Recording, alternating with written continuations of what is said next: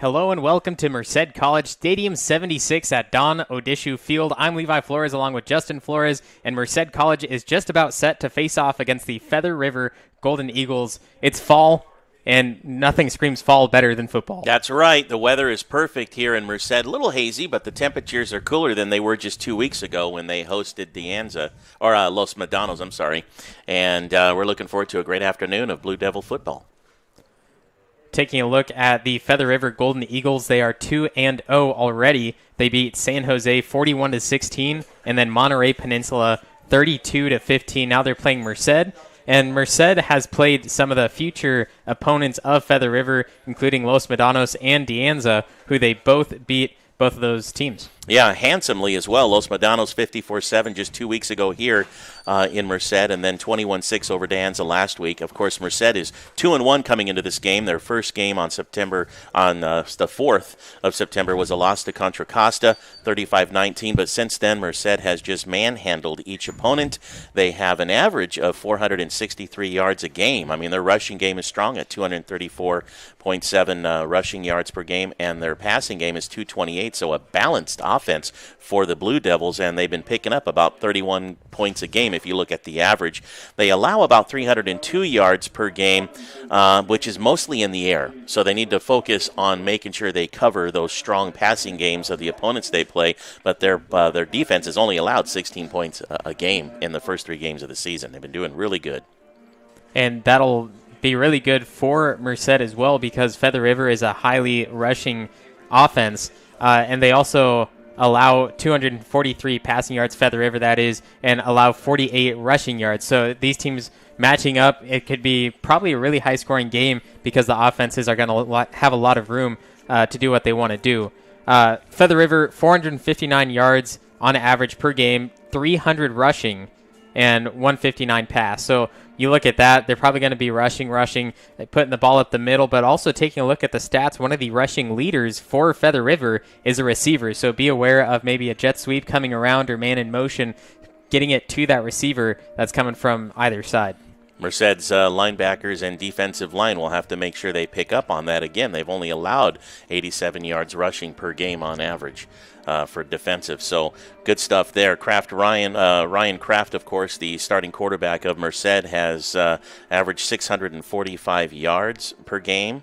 And has just been really effective with a percentage of about 45%. But I'll tell you, 39 completions on 87 attempts in the air, not bad at this stage. And early in the season with a 2-1 record and feeling pretty good and being back home, I'm sure the Blue Devils have some big momentum behind them. But, Feather River is going to want to come in here and put the kibosh, as you say, on their drive that they currently have. And, of course, with Feather River undefeated at 2-0. The only advantage right now Merced has coming into this game, they've played 3 versus Feather River's 2. Looking at the matchup between the quarterbacks, you mentioned Ryan Kraft, who has an efficiency rating of 116.9, which is above average to most junior college quarterbacks. Taylor Jarrett, he, number 16, has an efficiency rating of 170.5, very high above the average and a lot higher than Ryan Kraft. 170, they do rush a lot, but when he passes, they make sure they connect. He's 55% pass completion, 291 yards, 145 per game, 2 touchdowns. Doesn't do a lot in the air, but at the same time keeping that efficiency rating, which is very important. Yeah, absolutely. And again, unless you have some solid, they haven't played teams necessarily that match up. 2 weeks ago here in Merced, we thought the two teams, Los Medanos and Merced, on paper matched up, but Merced just completely dominated that game. And so it's anybody's game early on in the season when you quite haven't seen the teams, play consistently against teams that are similar to the teams you've played. So it's always exciting to see what shows up. But, of course, for Merced Blue Devils at 2-1 and both Feather River at 2-0, going to be a great game. Blue Devils getting the ball first, and we are set. Here it is, kickoff deep down into the end zone, and that'll be a touchback to start off. Merced starting at their 25. Man, talk about putting a foot to the ball. My goodness. That was Gio Morales. We'll see a lot of him tonight if they do get into that field goal territory, if they do score touchdowns. He's a great kicker, as you just saw, getting it deep down the field. Until you see the special teams of Merced run the ball back. A couple of weeks ago, we looked for Presley a few times, and I guess sometimes it's just best put that thing into the end zone and let's just let the offense do some things because we don't want Presley to try to run it back on us. First look at Ryan Kraft this week. It looks like, based off what we've seen before, they might pass on the first play of the game. Surprise them.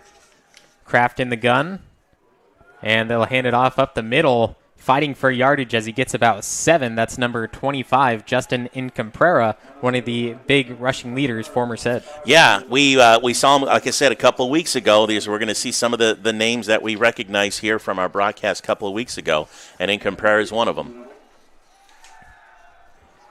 Here they go again, straight up the middle, past the 50-yard line into the Golden Eagles territory. So 1 for 1, 1 rush, 1 pass. We're pretty much even, and we're moving the ball. I talked to offensive coordinator Frank Borba before the game, asking him what his plan is for the offensive side, because with Feather River allowing a lot of passing yards and not a lot of rush, I expected them to pass, especially with the arm of Ryan Kraft, as we saw a second ago. And he said, I don't go into a game looking at the stats, seeing that. I look at everything I can as that pass is incomplete, as he was hit hard, ball in and out of the hands. But he said, I don't go into a game expecting to pass when they allow a lot of passing yards. I'm going to go into it, try to expose the defense, and then see what we can do from there.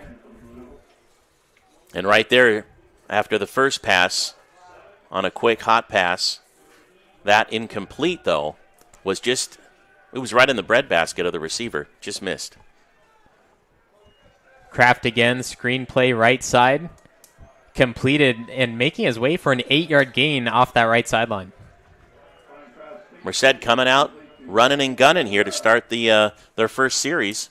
And that was Justin Incomprera again, coming from that running back position, going out for that screen play, had the blockers and got a good gain, but it's going to be 3rd and 2. We'll see if this offense could handle it. Man, when you pass completely to the far right like that and you get 8 yards on a run, talk about exposing defensive weakness. Kraft calling an audible. Handoff again up the middle, stopped at the line, fighting for the yardage. And I don't think he quite got there. It's probably going to be 4th and 1. Nice defensive stop for the Golden Eagles. But in this position, this early in the game, wouldn't hurt for Merced to just go for it. We know they can move the ball after so many plays. And it looks like they will do just that as they take a quick snap and another fight up the middle, and he definitely got that one for the first down. Boy, the push of the offensive line, opening up that hole.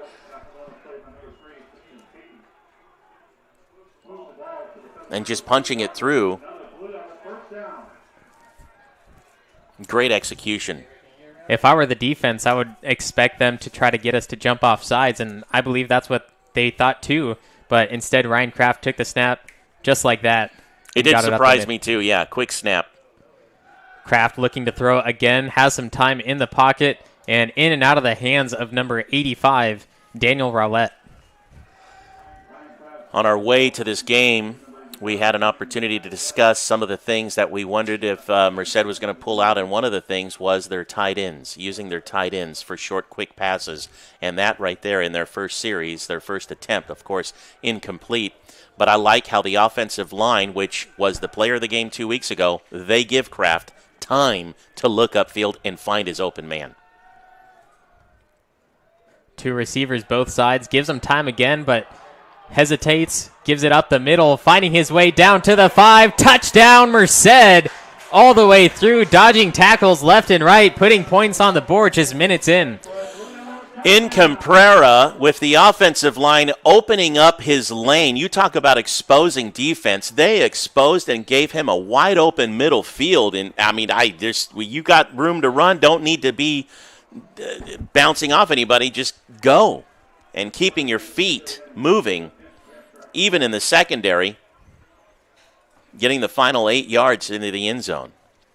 The hesitation from Kraft, too, looking upfield to see if he did have an open receiver. And Cabrera waiting in the backfield, waiting for the handoff in case he needed it. Absolute incredible play by the Merced College Blue Devils as they are now up 7-0 over the Feather River Golden Eagles.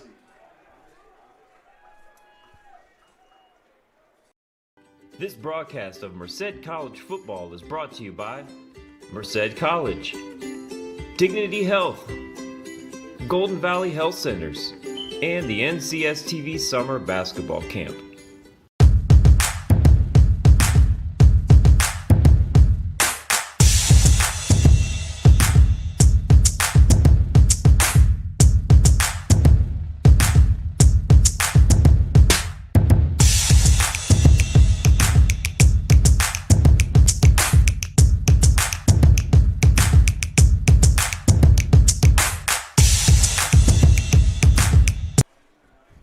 Seven 7-0 Blue Devils up over the Feather River Golden Eagles.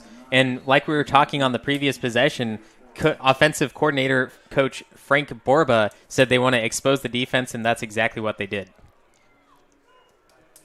Feather River will take it from the 15, slowly up the right side, has a bunch of blockers and a big hit by number 28, Johnny Bravo. Cool name and a great hit and a good stop. And we'll see what Feather River can do, the Golden Eagles. But 8 plays, 80 yards for Merced in their opening drive with a PAT good after a 30-yard touchdown by Cabrera. The Blue Devils on top and a wonderful start to the game. It's exactly what they did 2 weeks ago. We didn't know what the team, other than paper, they looked like they matched up. But so far, Merced on their opening drive looked like they were in control. And that offensive coach that you mentioned, Borba, pulling out a couple of little here and there. And here's the first look at the Feather River offense, throwing on the first play and a complete pass as he finds his way for a first down. Jacob Backus, the receiver, picking up that first down for the Golden Eagles, and a nice little play. And again, what we've seen on paper and what we've seen from them in previous games, doing something different here to start the game against the Blue Devils. Feather River with 160 passing yards a game, throwing on the first play and getting about 13.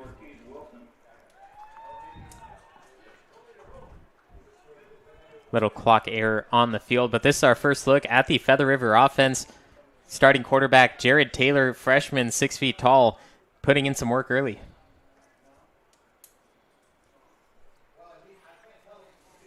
You mentioned Coach Borba.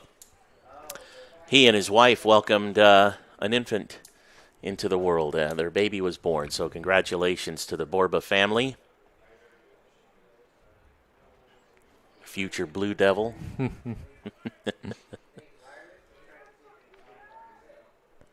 So their opening play on their opening drive, and the Golden Eagles have a first down, an opening pass.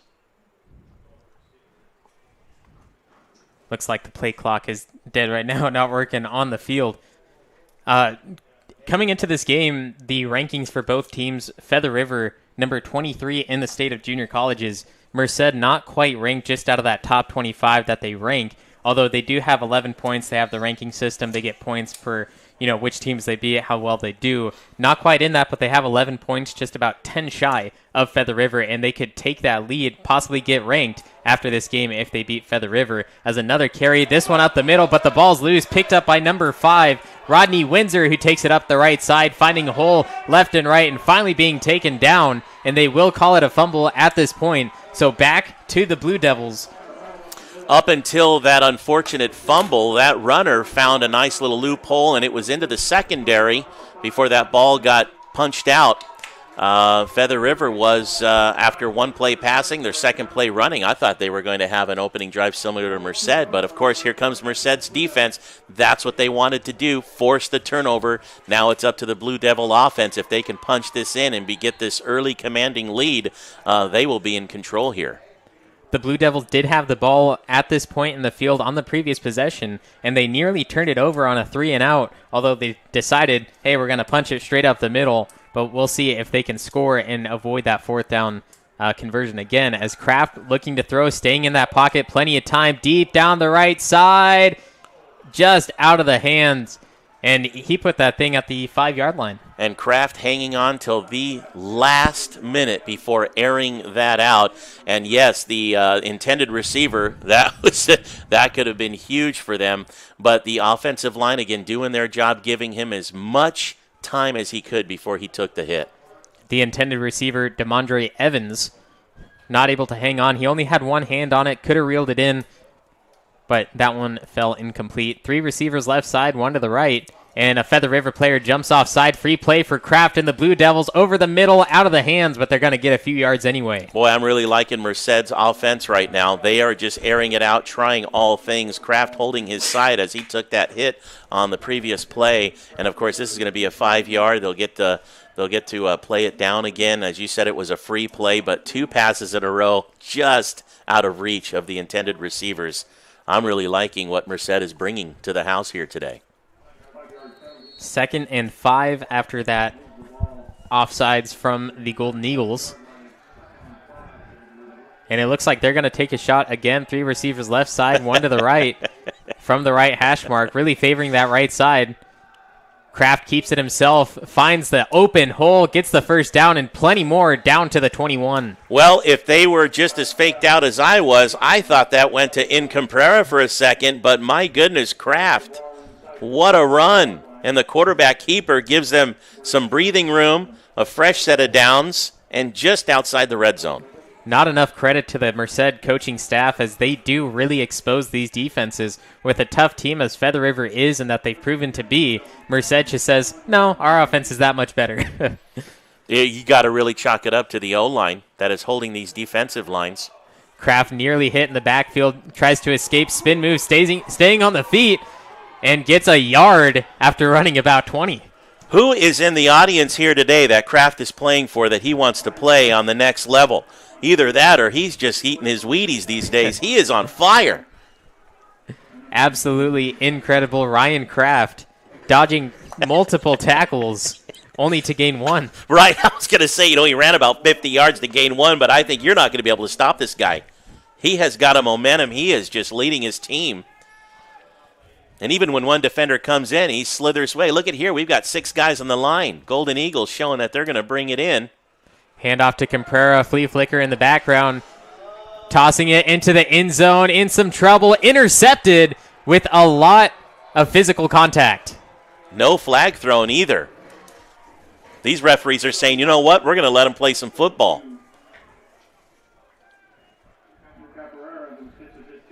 Had a great play, had the receiver open there, and you see the contact in between the players trying to get there. And Feather River taking over at the 20. Merced trying to roll some razzle-dazzle plays. Man, I thought that was they've just been executing in a tough turnover. But again, we're early in the game. The Blue Devils do have the lead. That's their second possession after a fumble recovery. So the Golden Eagles now from their 20 see if they can recover and try to equalize this thing. One touchdown and then a turnover in the first three possessions as that pass is complete left side. First down and a little extra as he finds his way out of bounds. That's almost the identical play that we saw on their first play from their first line of scrimmage in their first series. That pass to the left side real quick.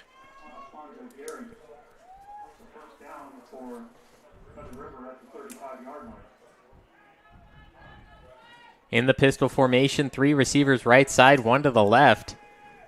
And a little confusion between the quarterback and the coach. None of the rest of the players seem to have an issue with what's going on, but we'll see what happens for the Golden Eagles as he looks to throw again, this time left side. Short pass caught, finding his way upfield once again for a 7-yard gain. Yeah, nice little screen pass there as they allowed some of those defending linemen of Merced to just kind of blast through. That's what it's intended to do. What I really like about Merced, though, is while there was some confusion on the offensive line for the Golden Eagles, Merced's defense stayed in the set position, focused.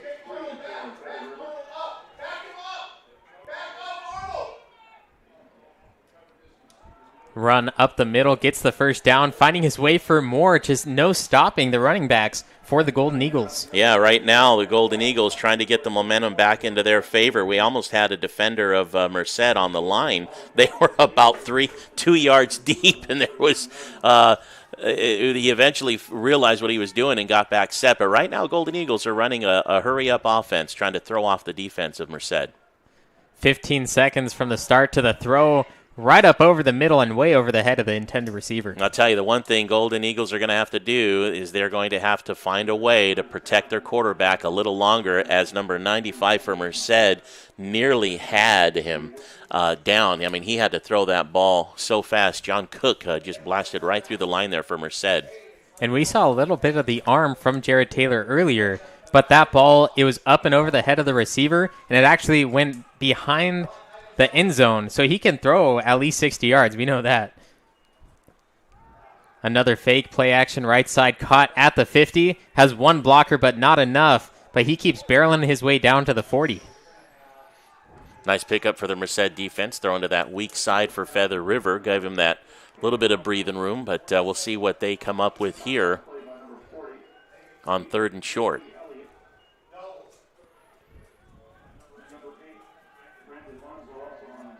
Fifth play of the drive, couple of first downs. Feather River in Merced territory. Pretty exciting game here so far to start this match between these two clubs. Backus and Anderson switching sides from left to right.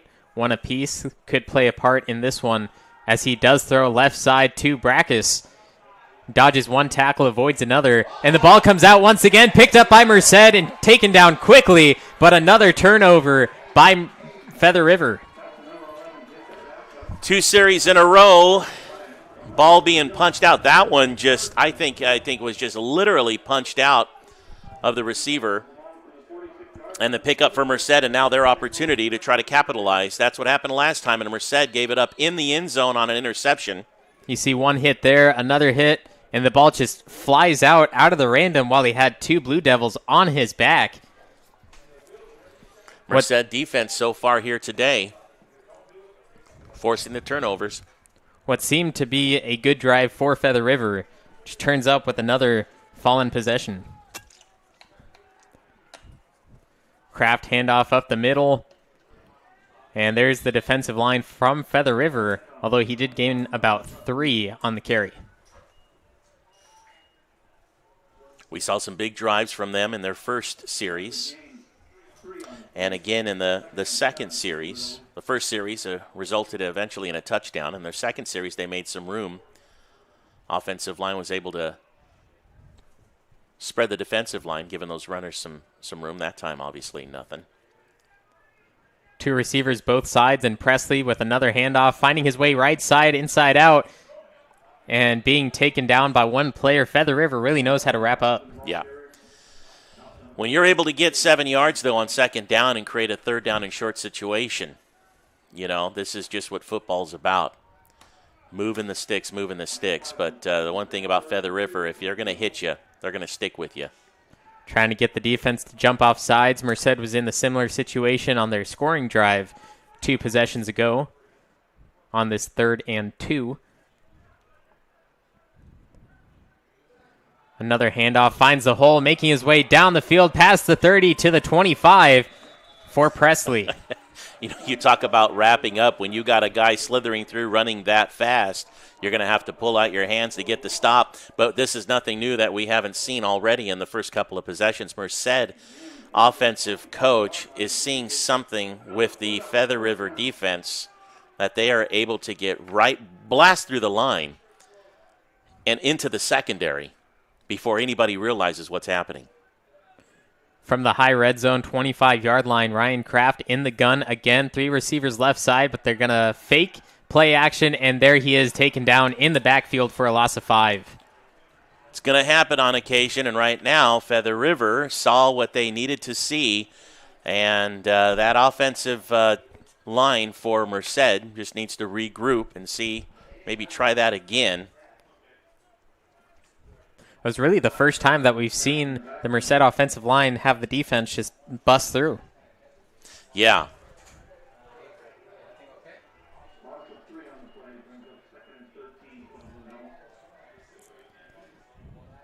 Presley still in at Kraft's left side. Looking to throw. There's the defense. 4-man quick coming in through, and Presley unable to hold on. If you're going to allow your quarterback to take a hit like that, you better be ready to catch the ball. Man, I tell you, Kraft is staying in there as long as he can. It was thrown just a little bit behind Presley, and I think they were trying to look for another receiver. Presley unsure that the ball was going to get to him. And now a 3rd and long situation from the 28. Just looking for a first down, but the end zone would be nice as well. I'm thinking one of those little quick passes and try again to your tight end, but I don't see anyone out there. Look at how long they're giving Kraft the opportunity. Flag on the field. Kraft right side, going to take it himself. Finding his way for the first down and more. Fighting his way to the 10. But down at the 14, we'll see what the flag is. Yeah, I think this one's coming back. When you have a quarterback running and scrambling like that in the offensive line, then the play starts to break up from the line. More than likely, we have a holding call offensive, and that's usually, there it is.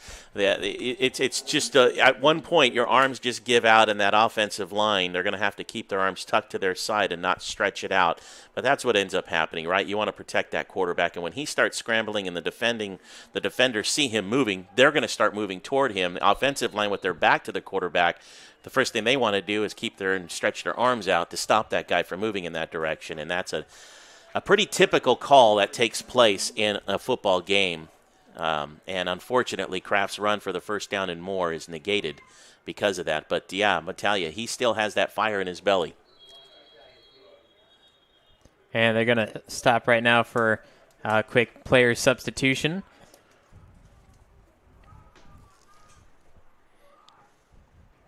Third and very long from the 38-yard line, trying to get to the 15 for a fresh set. Yeah, I tell you, they've ran 7 plays. They've only moved the ball now 15 yards in theory based on, penalties and all. Kraft dish pass to Presley, who will run it straight up the middle, fighting his way to the 20, only 5 yards away from that first down. Very quick as well, fast legs. I like how Merced is just doing anything they can, but the one place that they do have success is in the most unlikely of places, and that's just up the middle. If they could get it right beyond the defending line, that middle linebacker, and get it between the linebackers and the secondary. They're going to attempt a long field goal as another timeout occurs for Merced. they'll take a look at their playbook, see if they want to go for it at this point. But 7-0, just under 4 minutes left in the first quarter on NorCal Sports TV.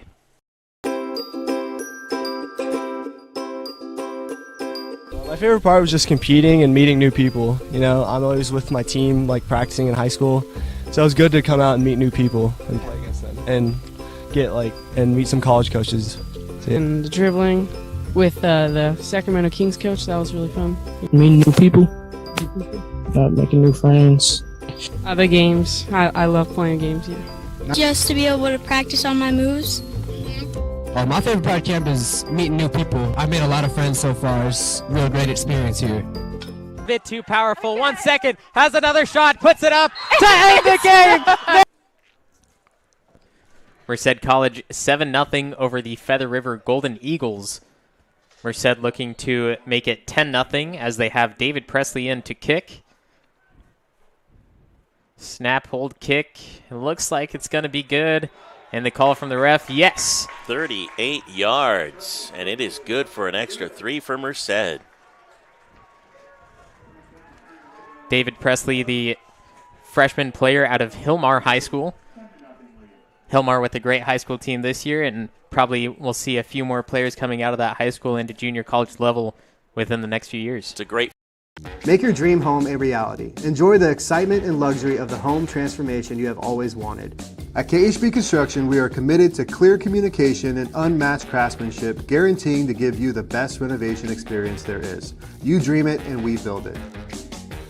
Visit kitchenhomeandbath.com today to start your very own design-inspired creation.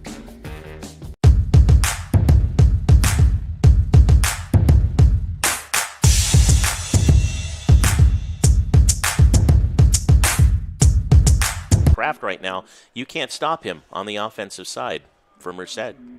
Defense for Merced very strong as well. We'll see them just again in a second as the kickoff from Presley comes up a little short to the 25, and Merced not aware that it's a free ball as soon as it crests that 10-yard line, and Feather River going to pick it up at the 30. And there is a flag on the field. Couple of miscues out there, but I'll tell you, this is just one of those moments that we're just seeing with Merced football. Couple of areas here and there, and this could be Merced's year. The flag is going to be placed at the 25. Personal foul on Feather River. Wow, that's huge. So that'll put the ball back even further. Although what I want to talk about, Merced, they're the ones who kicked the ball. Once the ball crossed that 10-yard line, you can pick it up as your own. It's a free ball. And they had plenty of opportunity to do that. We heard the coaches yelling, screaming at them from the opposite room next to us. And they were feet away from the ball and still didn't jump on it. I think it's just one of those miscues. It's one of those things, we just learn, we grow, and the team just needs to know. And it's probably things they've talked about in practice. But I think right now what might be happening down on the field is Merced is saying, are we really in control? Are we really doing this? Is this really happening? Yes, it is, boys. Handoff again, being stopped at the line, and a loss of yardage. I believe that's one of the first times for Feather River that they've actually had a loss of yardage. Yeah, nice for Viliani Makoni, who is playing from Maui, Hawaii, here on the mainland, to stay true on his position there on the defensive line. He is right there, the left guard.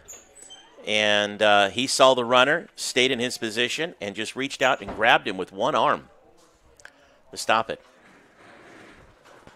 Play action pass over the middle, caught for the first down, and being taken down by number 27, Amari Padilla. Nice play. Finding the open man. And we got one of the receivers, Jacob Backus, hobbling on one foot. And I'm surprised that Merced's not playing a little closer on him. He's one of their hot receivers.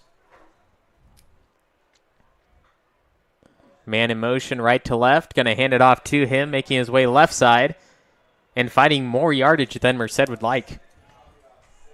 It's one of those plays where if you look back on the review, if they'd have stayed on the weak side, I think Feather River may have had a huge gain. But thankfully, Merced's defense is a lot better than my eyesight for my location. They stayed. They knew who had the ball. and collapsing on them. 5 yards on first down, nothing to shake a stick at, but Merced defense really doing it here today, too. Play action again, pass left side, flag in the backfield as the Golden Eagle is taken down before the first down marker. Well, more than likely a roughing the passer call on the Merced defense.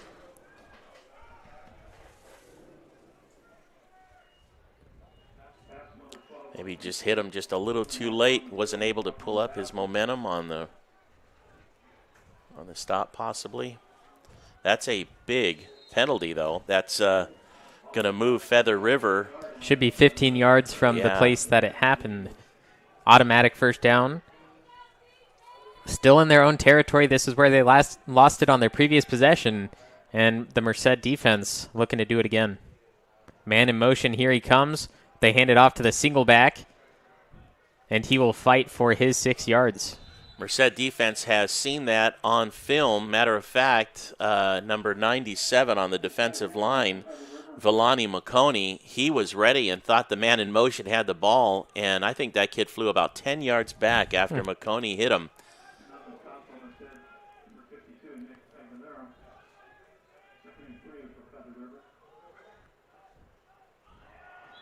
And Taylor getting the defense to jump off sides. I think Taylor was actually wanting to get the ball, but they will move it for another first down. You know, the one thing there, is the ball was never snapped, and had Merced jumped back and reset, could have had a chance. But, boy, they were bringing in that linebacker in for the blitz, though.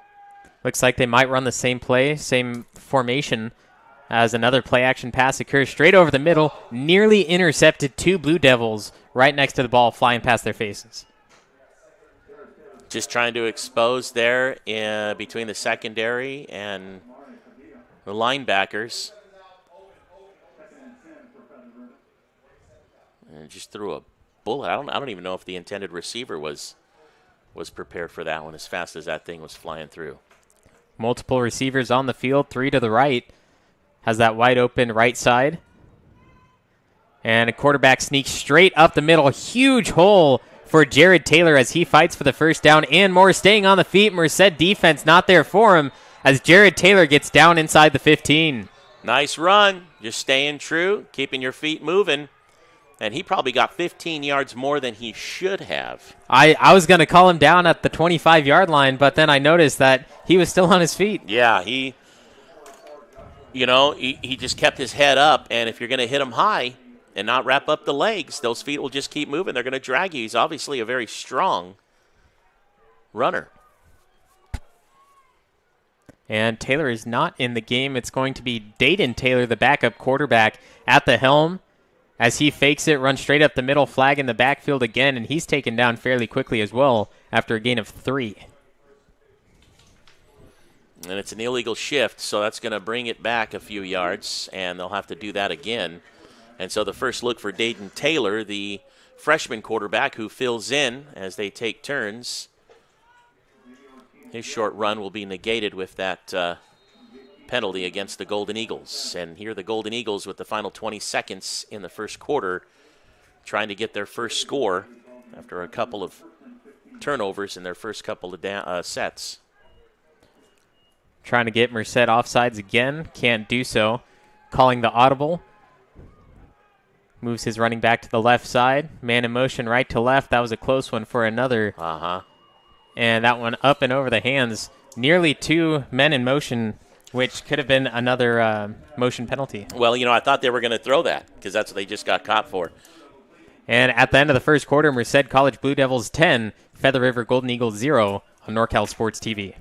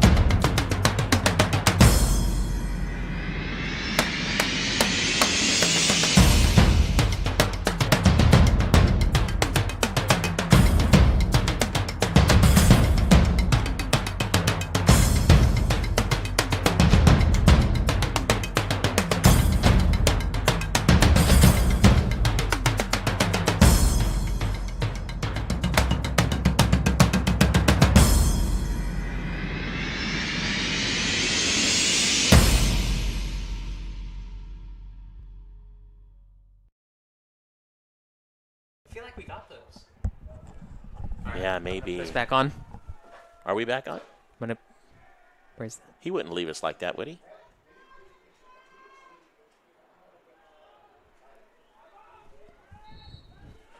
Merced College Blue Devils 10, Feather River Golden Eagles 0. Inside the red zone. Had an incomplete pass at the end of the first quarter. Nearly 2 men in motion. Although they got away with it as they have the man in motion again right to left side.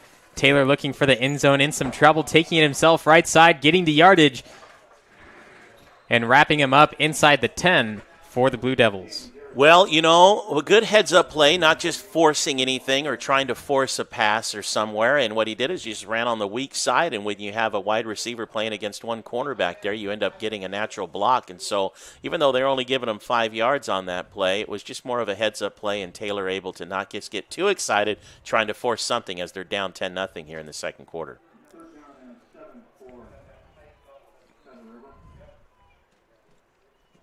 Third and 5, double tight ends. Man in motion right to left. The defense getting back on that one. No offsides. As he's rolling right side in deep trouble, throwing in traffic, in and out of the hands of the receiver. Man, you almost feel bad for him at that moment after scrambling away from that defender that blasted through the hole for Merced. You almost feel like, oh, man, and he didn't get the pass off, because way to run. I'll tell you, both the quarterbacks for both these teams today really trying to lead their team, and Merced right now, they're just having the better success in their series. And they will set up for the field goal unit as it's 4th and 5. 25-yarder here. Chip shot, as they say in the game. And it's Gio Morales, who we've seen his foot from the starting kickoff, launching it deep into the end zone, so we know he can kick. And that one's high up through the uprights, and it's good to make it 10-3. But Merced College getting the ball back. We'll see what they do on the next possession.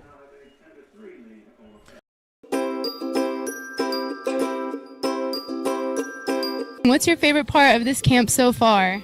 My favorite part is meeting new people, such as teammates and old friends that came earlier. I really like the one-on-one training. The coaches really tried to get like the connections with the kids during the camp, so I think that was a really good part of it. I liked the drills, the ball handling drills, and shooting drills. I think, one thing that's very underrated here at the camp was like meeting new people, because I thought there was going to be like very little people here from all around here, but there's people from Oakland, there's people from Atascadero, way far, and just got to meet new people. I really liked it. I was enjoying it. It was fun.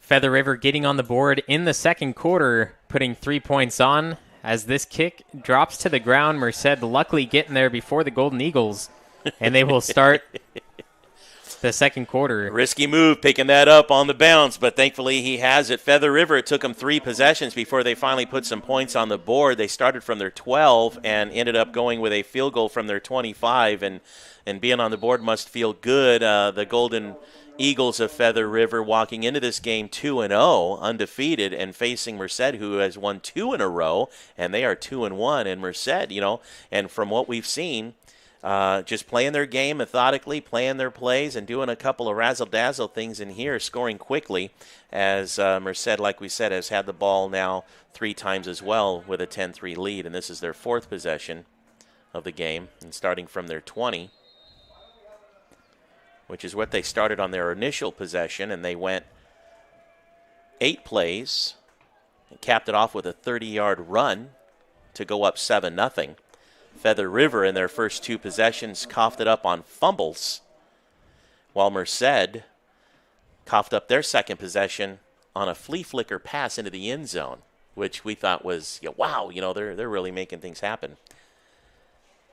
And then eventually kicking a field goal on their 3rd possession from 38 yards to go up 10-0 before Feather River finally got on the board on their last possession. But this is similar to the opening possession of the game. The Blue Devils from their 20, after Coach Hurtado meeting with his offensive line. Let's see what adjustments they've made and what they can do here. Kraft handing off, and nowhere to go as he gets taken down at the line. And then there's going to be a flag way after the play. Yeah. 2 players fighting in the backfield, and a lot of chatter going on. Emotion's going to start rising. I think that one's going to go against Feather River. That might actually move the – yeah. And it will do exactly that. Unsportsmanlike conduct. I believe that's 15 yards and an automatic first down, which should place them at the 35. I'm surprised the emotions and trash talking is happening so early in the game with both teams winning their last 2 games, but it doesn't take long for the success of offense as the Merced Blue Devils have. And you got to be excited as an O-line coach like for Hurtado to watch his team, his O-line, protect their quarterback the way they've been doing. Romello Presley taking the ball up the gut again for a gain of about 3. I like Merced's play calling right now, their offense. Let's just play some smash mouth, boys. Let's see what we can do. Let's wear out that defensive line. Because here's what happens. The longer Merced's offense is out on the field, the weaker they can continue to work on that defensive line because they already know they can get beyond and get into the secondary. Presley moving from Kraft's left to the right side. 2 receivers either way. Left side pass caught, and the yardage as he gets hit by the safety. Yeah. And that's exactly why they have the safety there, for safety. Yeah, right. And I was going to say, I wouldn't be surprised if after that last play you wouldn't see something like a mid-range pass, but they just went to it early. You know, after trying to run in, you know, Feather River got caught with their hand in the cookie jar, relaxing a little bit, hoping they were just going to run. I thought they were going to do that, but good on Merced for a nice big pass play. You saw Cole Eichel there, number 6 for Feather River, making the stop. If he wasn't there to defend, it probably would have been a touchdown. As another run up the gut, fighting for a few yards is Incomprera. So you can imagine, right, the defense going, wow, they just made that big pass play. Maybe they're going to do that again. But no, now what do? Go in the middle, and here's the defensive line just gets blasted as the runner just finds his way through. And we even have a player coming off, Vicente Becerra, on the defensive line for Feather River coming out. Dasani Tate coming off the field for Merced as well, holding one of his arms. We don't want that. They're checking him on the sideline now as the offense continues for Merced. Incomprera will not have it. It'll be Ryan Kraft straight up the middle, moving left side, inside the 10, end zone, touchdown Merced. Incredible. 32-yard quarterback keeper, and his heads-up play, scrazzle, razzle, dazzle, whatever you want to call it, juking right, juking left. Earlier he had a big run that got negated because of a hold call. This time he gets the TD. Absolutely incredible. He had that wide open lane up the middle, and at the last second from the 15-yard line, he said, I'm going to take it left right here, and found even more wide open space to get himself into the end zone. And an extra 6 points for Merced, possibly 7. I'm not superstitious, just a little, but is there anything Merced can't do today? And with 11 minutes, 47 seconds left in the second quarter, 17-3, Merced up over the Golden Eagles on NorCal Sports TV. This broadcast of Merced College football is brought to you by Merced College, Dignity Health, Golden Valley Health Centers, and the NCSTV Summer Basketball Camp.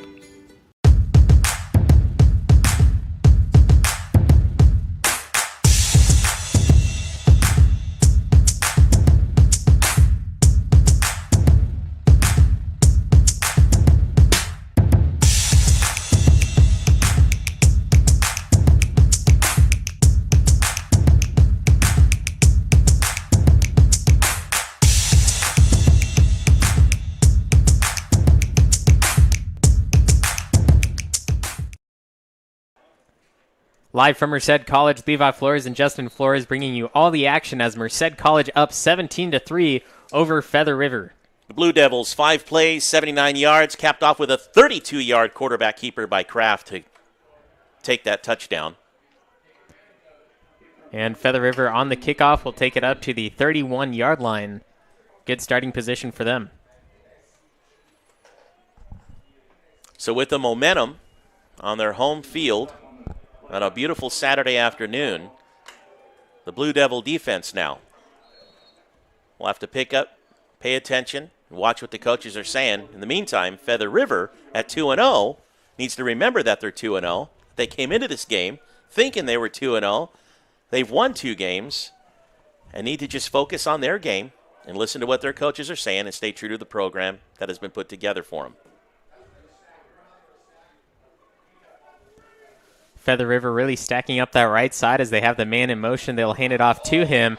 He's looking to throw deep down the right side, and that's not even close to inbounds.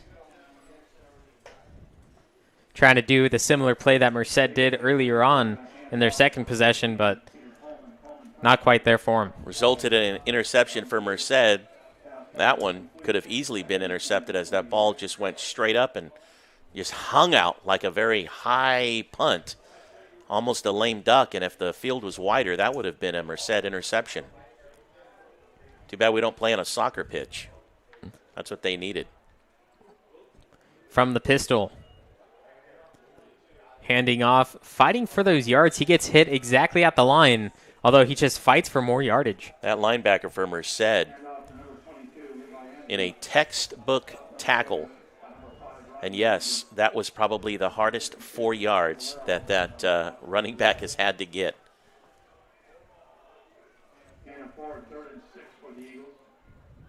Third and 6. Merced defense looking to keep that strong stance on the field.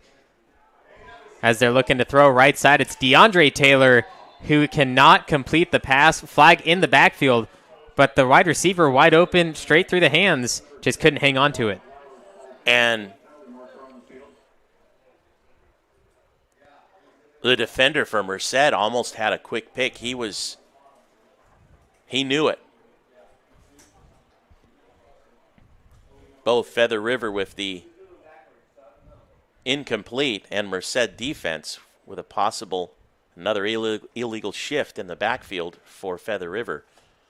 And it looks like they're going to decline possibly to make it 4th and 6, forcing Feather River to bring out their special teams unit and punt it off. Well, way to go, Merced. Smart move because the Merced defense has been all over it for Feather River. And to force the 3 and out, and the punt. And I mentioned it once during the play, but it was DeAndre Taylor, not Jared Taylor, making that pass. And it was a great pass straight over the middle into the hands of the receiver, but he just couldn't hang on to it. Devastating blow to the Golden Eagles as they now have to give it back to the Blue Devils. Snap low, in some trouble. Punter falls on it inside the 15-yard line. Now the Blue Devils knocking at the door without even having the ball first. You know, I mentioned earlier, is there anything that can go wrong for Merced? And I don't want to say that in a sense that, we want something wrong to go. But I'm just telling you right now, firing on all cylinders and things are just happening for them. And it's not even – it's to their advantage on that situation with Feather River on a long snap that was just a little too low. And this is an opportunity for Merced to really take control of this game right here, right now. Already up by 14 points. Looking to make it 21 if they can. Absolutely dominating, even though Feather River is in that rank. We talked about it earlier, being ranked number 23 in the state. Merced not quite in the rankings, in some honorable mention territory. Kraft throwing as he's hit. Ooh, he wanted to throw that so bad. And had it not been for the defender to bring him down, that could have been disastrous for Merced had he just emotionally tossed that out there. And not bad. I mean, you're still in the red zone, even though you've lost 5 yards. Here it is, second down, 15 from the 19.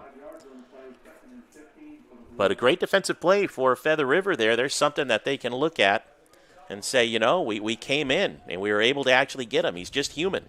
He's not superhuman.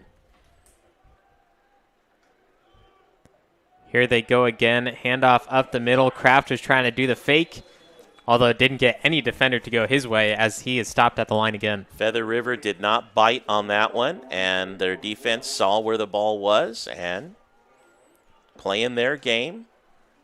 Defense did what defense does, stop the ball. 3rd and long, Feather River red zone defense. Strong statement on this possession. Same formation. You have the 3 receivers to the right side, 1 to the left. And he will go to one of those as he throws over the middle. Caught, end zone, touchdown, Merced. DeMondre Evans getting the reception for an extra 6 points.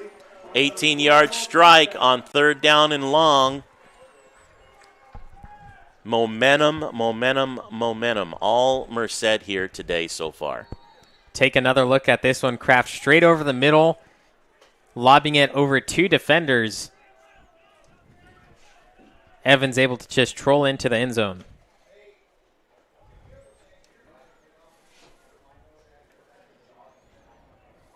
Hits off the right upright. A lame duck off that one. And that'll keep it at 23-3, 20-point lead for Merced over the Feather River Golden Eagles on NorCal Sports TV. Make your dream home a reality. Enjoy the excitement and luxury of the home transformation you have always wanted. At KHB Construction, we are committed to clear communication and unmatched craftsmanship, guaranteeing to give you the best renovation experience there is. You dream it and we build it. Visit kitchenhomeandbath.com today to start your very own design-inspired creation.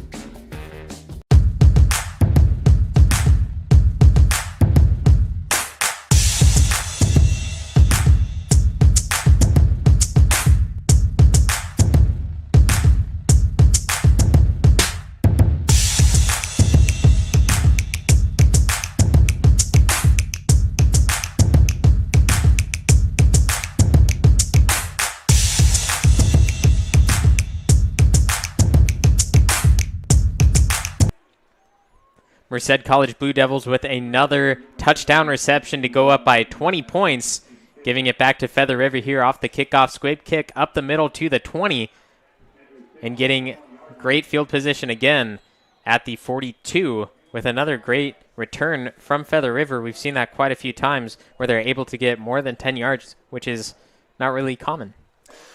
Yeah, nice run. Now if they can just capitalize with the offense. Merced went 3 plays on that last set of downs for the score. And what we're seeing from Merced so far this season with a record of 2-1 coming into this game with the 2-0 Feather River Golden Eagles, I'm wondering if the power rankings and those who do the power rankings and voting are not quite looking at Merced closely and seriously. This could be the game that actually changes and pivots for there. This could be the season for Merced College.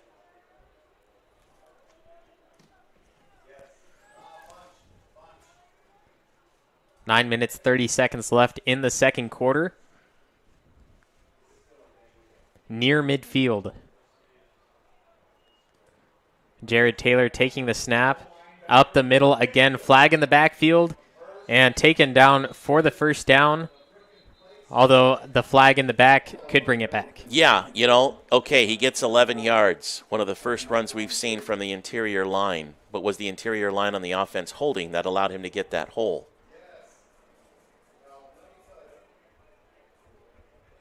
Oh, it's against Merced. That is a huge penalty, using the head. And that was in on near the line of scrimmage. It looks like they'll put 15 yards at the end of the play. So now from the 29-yard line, holy smokes, after one play in this possession. Look for the run again. No receivers really out on the field except that slot back. Has another run up the right side for about 4. I guess if you can move the ball by penalty, that's the one you're going to want. But Merced,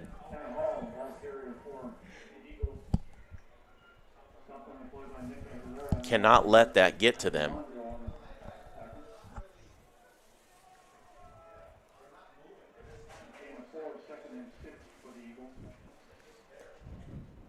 Now putting a few more receivers out on the field. They have the one flanker, tight end, and the receiver. Tight end trying to confuse the defense as he's back to throw. Left side, nearly intercepted. In and out of the hands of Euless Dixon. Yes, you talk about in and out of the hands, and in his mind right now is, I'm still in the end zone. I'm just now getting in for 6. Wow, great read. What a read. Good job for the Merced defending coaching staff, the defense, and they were waiting for that one. They'd seen that one on tape. Now Feather River will take it from the right hash. They have a very deep wide out to the left side. Going to go right instead, though. And they get the first down and more, fighting inside the 15, nearly to the 10. No stopping these receivers for Feather River. They get the ball, they get hit, and then they run for an extra 5-10 yards. Yeah, they're finally making a series out of it, and after their first few series have just kind of been more like duds to them, and with a field goal under their belt, they know at 2-0 that they can play football, and right now they're kind of exposing some weaknesses in Merced's defense, that it's allowing them to move the ball. 4 receivers, man in motion. Going to take it himself up the middle. Jared Taylor to the 5. It's almost like giving Merced a little taste of their own medicine there. Let's see what can happen. Let's see if our offensive line can open up a hole for me to run. And that surprised Merced's defense a little bit. And this is the goal line defense for Merced at the 5-yard line. That's where you really consider that the goal line inside the 5. They stopped Los Medanos a few times 2 weeks ago in the goal line and were able to get it back and take it down the field for themselves. So we'll see what they can do against Feather River this time. 4 receivers, running back to Taylor's left. Another quarterback keep up the middle and another stop. Although it looks like he gained 3, and there's going to be a flag. We've got a hit, number 32 of Merced, Dixon.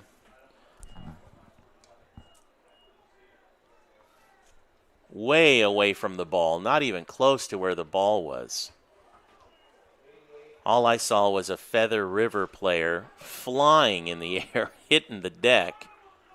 And the closest Merced player, number 32, and a flag in the air. So, and they're going to call that on Merced, and that's going to be half the distance to the goal line, automatic first down. So first and goal from the 2, putting Feather River with 4 new plays.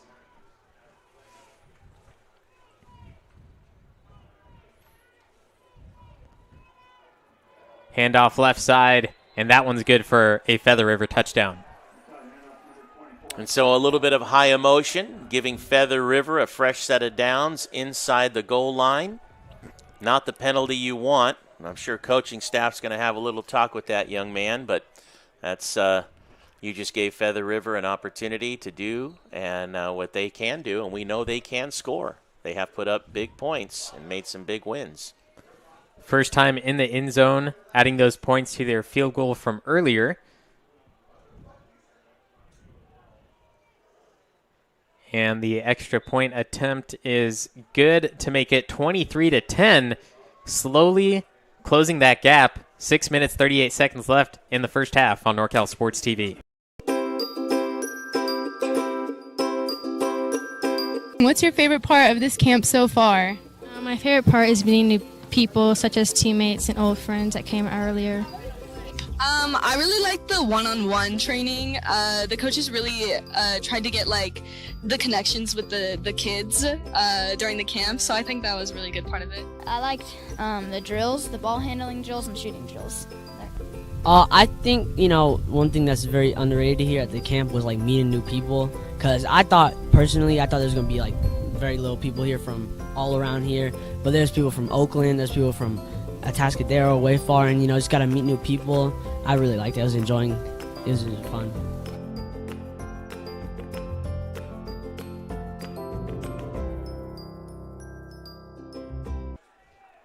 Feather River with their first touchdown of the game, making it 23-10. Merced College up as they get possession back. Switching it from left to right, a pitch in the back to Incomprera, who passes the 30, making his way past one defender to about the 36 is where they're going to mark him officially for the start of this Merced possession. Trying to do something a little fancy there and trying to get to the outside. Incomprera's got some speed. When he finally got out to the outside, man, I tell you, I thought he was going to break free, but Thankfully for Feather River, anyway, they were able to stop them.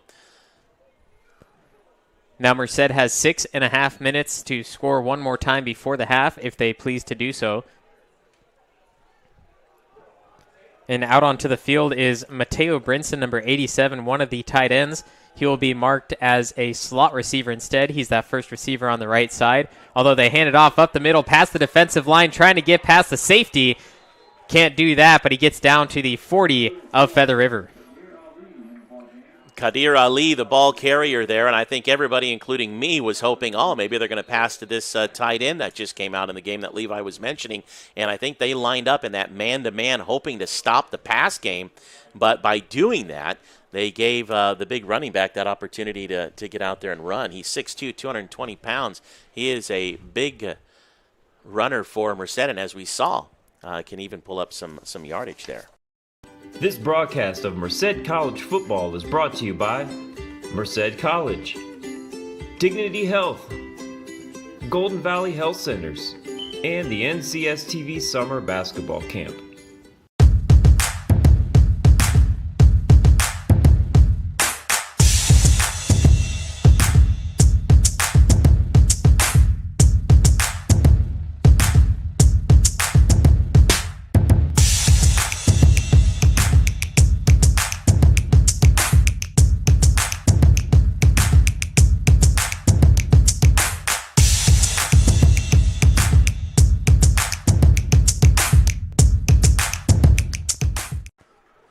Big first down run for Merced College. Kadir Ali with the run, and it looks like getting slightly hurt. Maybe a cramp, maybe not, off the run. Yeah, his first touch, we're hoping it was just a cramp and that he'll be back. He is on his own power, and but boy, his first touch of the game, and he picks up, something like 25 yards. Kraft looking to throw, favoring right side, just out of the hands of number 18, Raheem Choice. It's almost like his feet were running before his body wanted to, and he kind of tripped himself up. That would have been a great play had it been caught, but unfortunately, let's do that one again. And for the second play in a row, Mateo Brinson has been in the game, a tight end / receiver player, the lead receiver for Merced. He has 8 receptions on the year, 194 yards, and a long of 79. And notice Feather River man-to-man.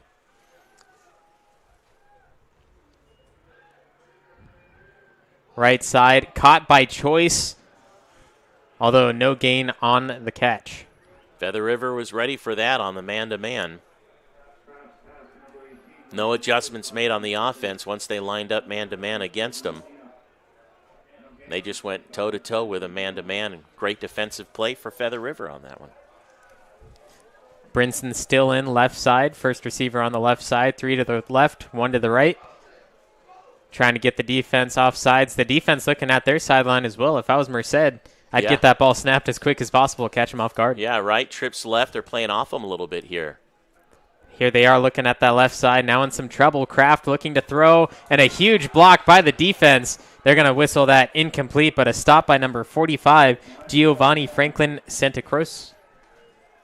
Great play for Feather River, but I'll tell you, DeMondre Evans was running down the left side. He had his hands up. He says, I'm here, and just as Kraft saw him, he turned to chuck that thing, but that defender for Feather River just got his hand in the right place. Feather River did not see Evans running down that left side. And for the first time this afternoon, Merced will have to punt it away. Receiver back at the 10. And Tate will kick it from the 50, a short kick. And that's going to roll to about the 10. Inside the 10, going to keep it at the 8. It looked like an awful punt, but it ended up in the right place. Yeah, it definitely took some Merced bounces there. Blue Devil advantage. It must be the field. 5:10 to go in the second quarter. Merced, for the first time, having to punt it away. Only 1 minute, 20 seconds taken off the clock from Merced's offensive possession. They completed one pass and everything else fell incomplete, which gives Feather River plenty of time to get back into this one before the half. A couple of things went right for the Golden Eagles of Feather River defensively, and now they hope that they have the winds of change. on their backs here offensively. In the pistol, single back behind him. He'll hand it off to that single back. And they will stop him at about the line of scrimmage. Merced defense, a rare missed tackle in the backfield. Could have easily been a loss of yards for Feather River. I'm sure the coaches, it's always something that you can work on. I'm sure the coaches are going to remember that one. They're going to give him 2 yards on the carry.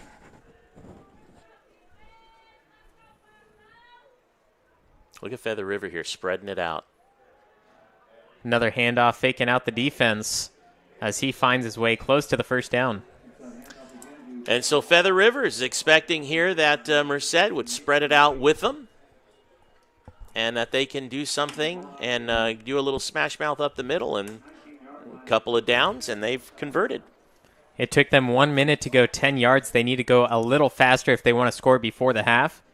And now another quarterback keep straight up the gut, being held on by a defender, trying to drag him down after a gain of 7. It'll be 2nd and 3. 3 plays, moving the ball, taking their time. Started at the 8, 3 plays later, find themselves at the 27. And so 2nd down and short. What kind of options do you have here? They can go in and try to convert first by running it, but even passing here. There's a lot of options here. Feather River has the odds in their favor here, 2nd down and short. There's that tight end switching from left to right and back to the original side. And the draw up the middle will result in nothing.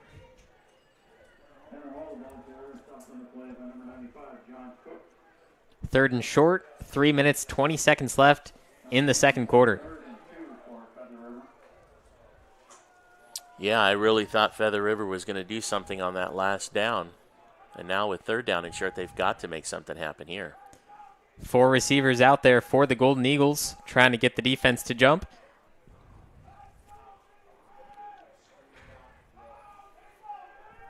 Play clock down to 9. Finally takes the snap, short pass left side with the screen, gets past one defender and finally taken out of bounds at the 37. And that'll stop the clock for a short time. Very fortunate for Feather River to get the yardage they did. Number 27, Amari Padilla, just missing the tackle as his momentum was coming in strong to stop. Padilla would like to have that one back. You saw the missed tackle again on the replay. Feather River first down and a run resulting in 1. You know, you watch a play and you see movement, you see Feather River, some success, and then all of a sudden there's a play and Merced says, no, I got this one. We're ready for that one. You know, it's like a chess match, right? The coach is coming out saying, okay, we've got this, we've done this, let's try this now. The longer Merced's defense is out there, the benefit to Feather River, because those big boys up front are already starting to hold their sides after every play. They're gasping for air. Clock under 2 minutes now with another run for Feather River. If they want to score, they have to do something else. They're just hoping that they can just smash mouth it up the middle and hope that the Merced defensive line are going to get tired. And you see after every play, the entire defensive line of Merced, hands on their hips. 3rd down, 8 yards to go. 5th play in the drive. They started from their deep in their 8. Like you're right, Levi, with only 1:20 and the clock running. Looking to throw over the middle, a short pass again, not getting much. And a decent tackle. That was one of the linemen there that just reached out, and not necessarily a shoestring tackle, but it was a grab the foot, you're coming down with me. And here they are now, 4th and short after moving the ball 35 yards and the clock running. If anything, it's to the benefit of Merced because they're stopping the drive of Feather River. And the Feather River offense is actually going to the line to talk to the coach. And yet a timeout has not been called, and the clock is running 50 seconds. The play clock's got 10. Maybe they're going to call a timeout as the play clock winds down. Or they're just going to take a penalty and then going to punt it. And we finally get the timeout from Feather River. as the time was about to expire. 33.9 seconds left after the break on NorCal Sports TV.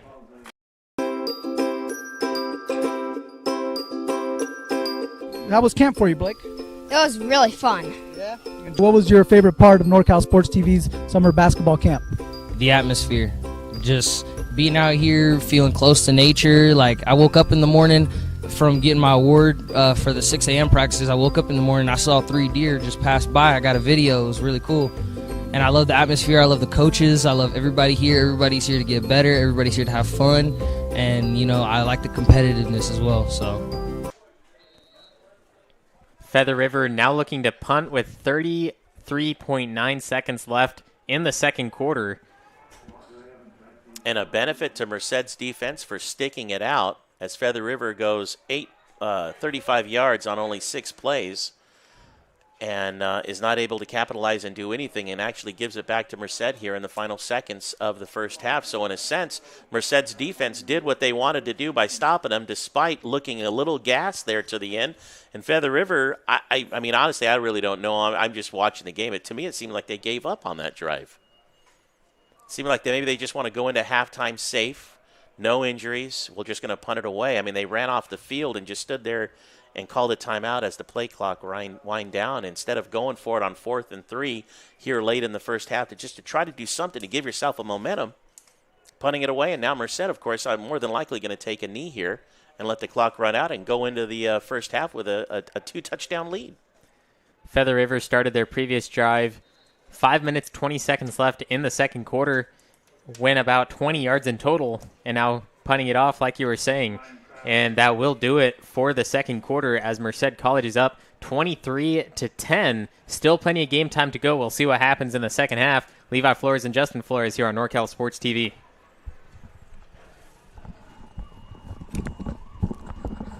I am absolutely, I want to tell a team.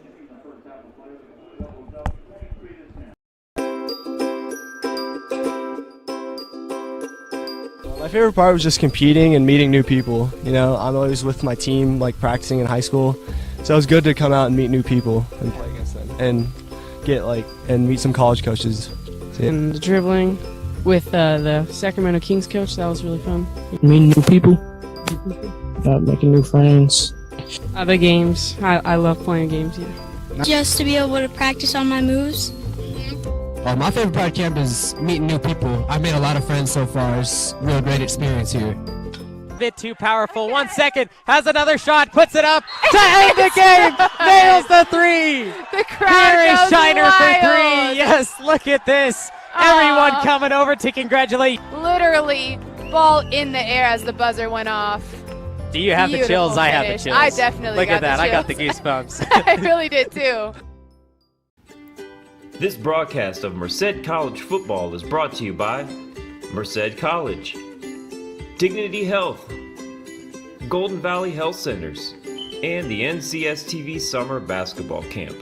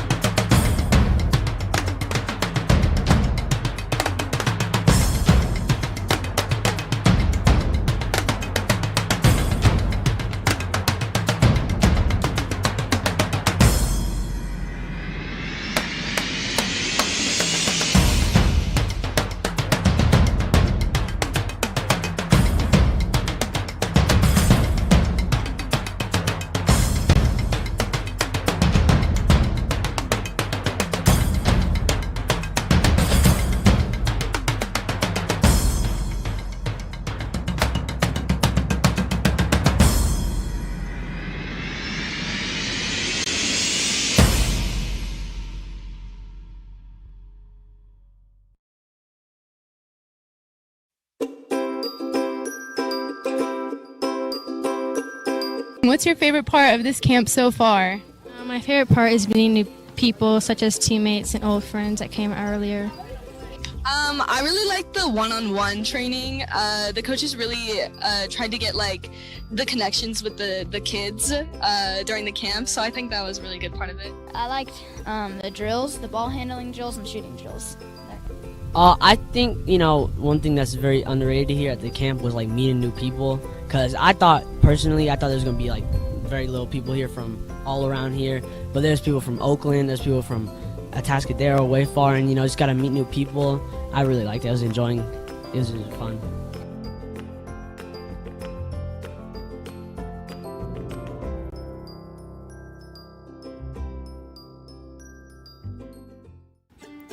This broadcast of Merced College football is brought to you by Merced College, Dignity Health, Golden Valley Health Centers, and the NCSTV Summer Basketball Camp.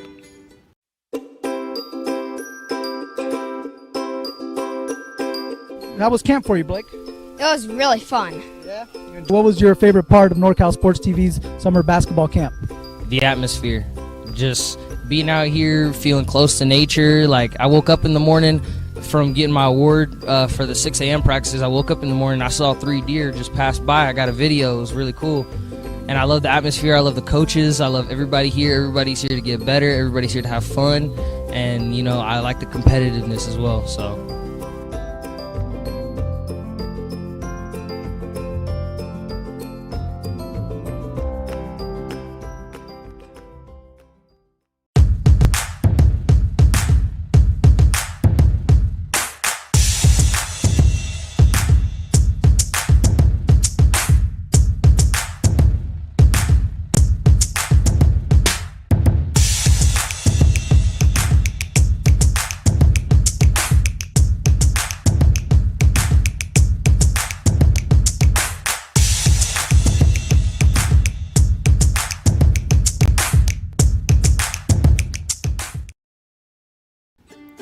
This broadcast of Merced College football is brought to you by Merced College, Dignity Health, Golden Valley Health Centers, and the NCSTV Summer Basketball Camp.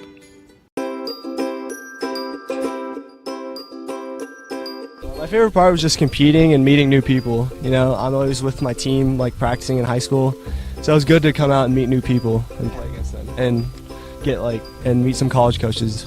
And the dribbling with the Sacramento Kings coach, that was really fun. Meeting new people, making new friends. The games, I love playing games, yeah. Just to be able to practice on my moves. My favorite part of camp is meeting new people. I've made a lot of friends so far. It's a real great experience here. Bit too powerful. 1 second, has another shot, puts it up to end the game. Nails the three. The crowd Here is goes Shiner wild. for 3. Yes, look at this. Everyone coming over to congratulate. Literally, ball in the air as the buzzer went off. Do you have the chills? Beautiful I have the finish. chills. I definitely look got at that. the I got the chills. goosebumps. I really did too. This broadcast of Merced College football is brought to you by Merced College, Dignity Health, Golden Valley Health Centers, and the NCSTV Summer Basketball Camp.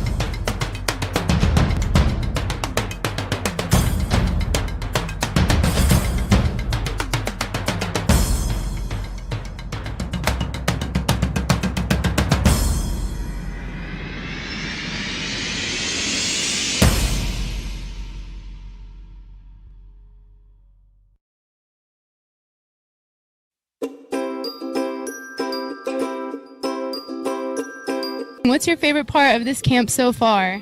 My favorite part is meeting new people, such as teammates and old friends that came earlier. I really like the one-on-one training. The coaches really tried to get the connections with the kids during the camp, so I think that was a really good part of it. I liked the drills, the ball handling drills, and shooting drills. I think, one thing that's very underrated here at the camp was like meeting new people. Because I thought personally, I thought there was gonna be like very little people here from all around here, but there's people from Oakland, there's people from Atascadero, way far, and just gotta meet new people. I really liked it. I was enjoying. It was really fun.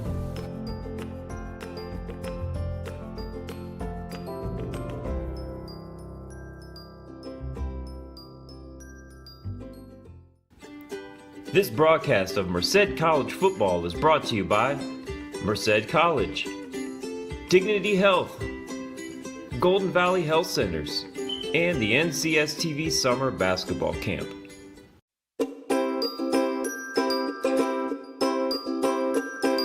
How was camp for you, Blake? It was really fun. What was your favorite part of NorCal Sports TV's summer basketball camp? The atmosphere, just being out here, feeling close to nature. Like, I woke up in the morning from getting my award for the 6 a.m. practices. I woke up in the morning, I saw 3 deer just pass by. I got a video. It was really cool. And I love the atmosphere. I love the coaches. I love everybody here. Everybody's here to get better. Everybody's here to have fun.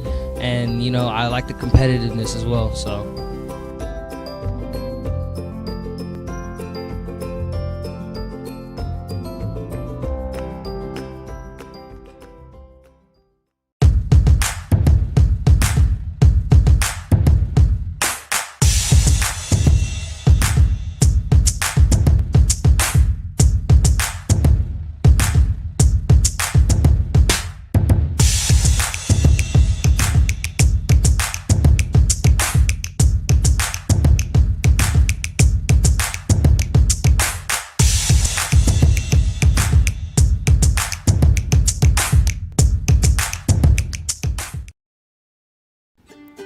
This broadcast of Merced College football is brought to you by Merced College, Dignity Health, Golden Valley Health Centers, and the NCSTV Summer Basketball Camp.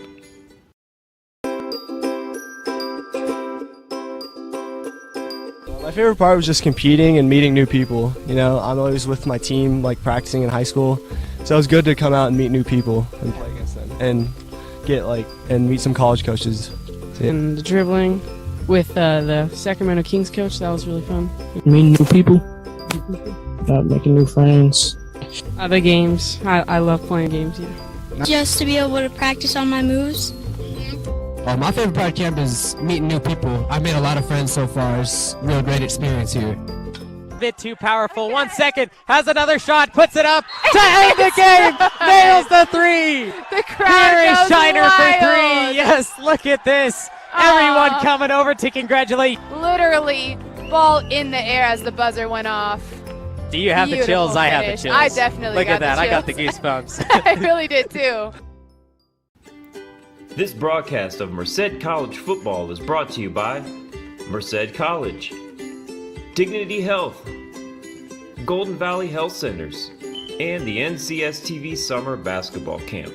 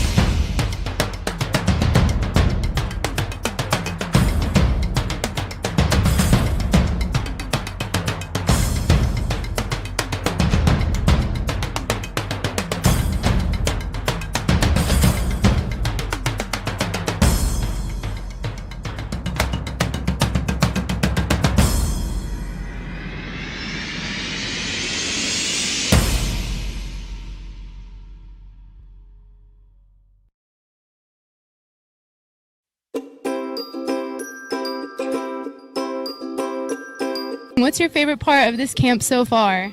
My favorite part is meeting new people, such as teammates and old friends that came earlier.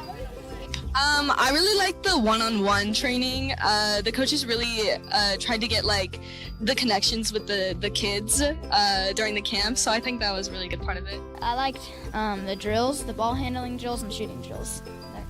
I think, one thing that's very underrated here at the camp was meeting new people. Because personally, I thought there was going to be very little people here from all around here, but there's people from Oakland, there's people from Atascadero, way far, and just got to meet new people. I really liked it. I was enjoying it. It was really fun.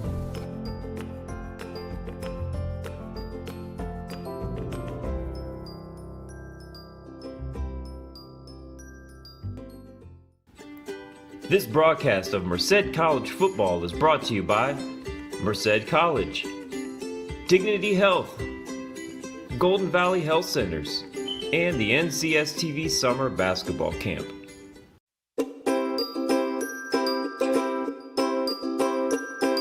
How was camp for you, Blake? It was really fun. Yeah. What was your favorite part of NorCal Sports TV's summer basketball camp? The atmosphere.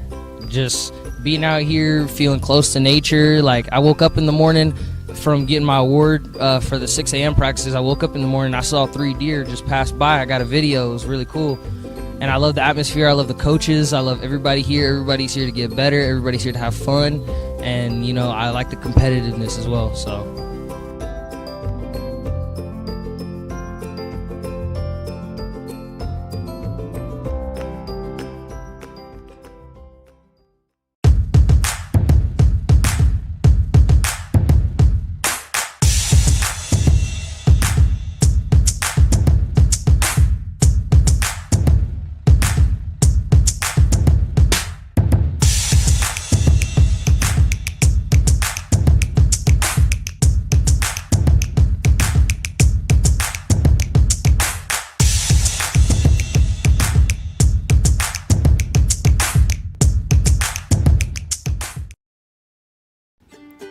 This broadcast of Merced College football is brought to you by Merced College, Dignity Health, Golden Valley Health Centers, and the NCSTV Summer Basketball Camp.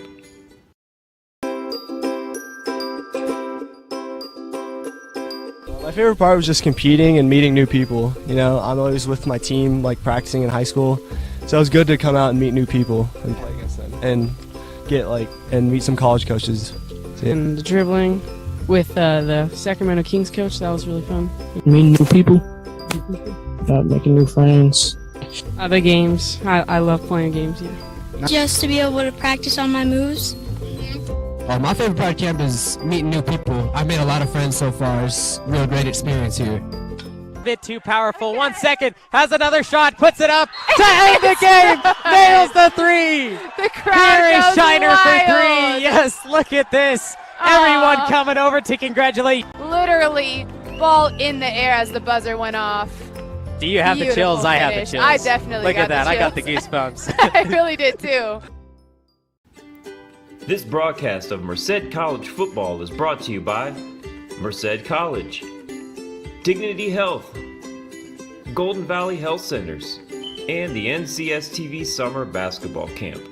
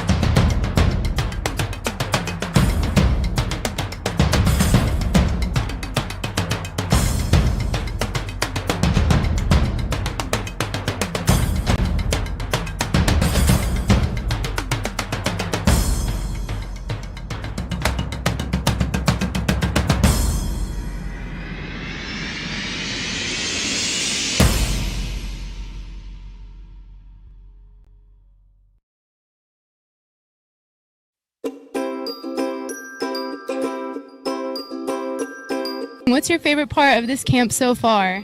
My favorite part is meeting new people, such as teammates and old friends that came earlier. I really like the one-on-one training. The coaches really tried to get the connections with the kids during the camp, so I think that was a really good part of it. I liked the drills, the ball handling drills, and shooting drills. I think, one thing that's very underrated here at the camp was meeting new people, because I thought there was going to be very little people here from all around here, but there's people from Oakland, there's people from Atascadero, way far, and just got to meet new people. I really liked it. I was enjoying. It was really fun.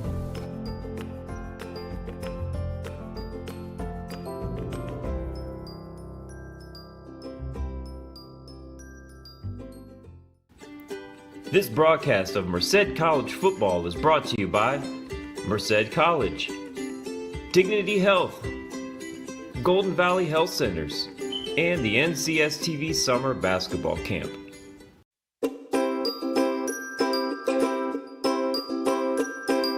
How was camp for you, Blake? It was really fun. What was your favorite part of NorCal Sports TV's summer basketball camp?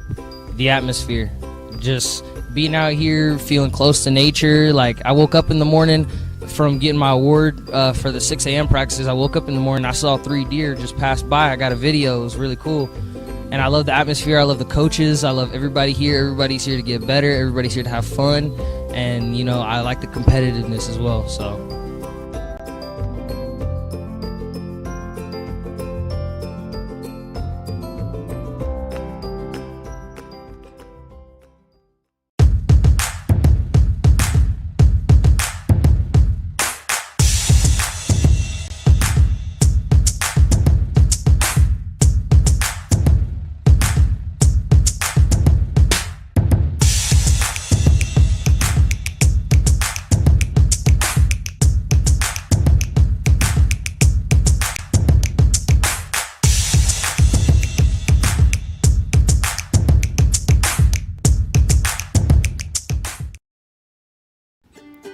This broadcast of Merced College football is brought to you by Merced College, Dignity Health, Golden Valley Health Centers, and the NCSTV Summer Basketball Camp.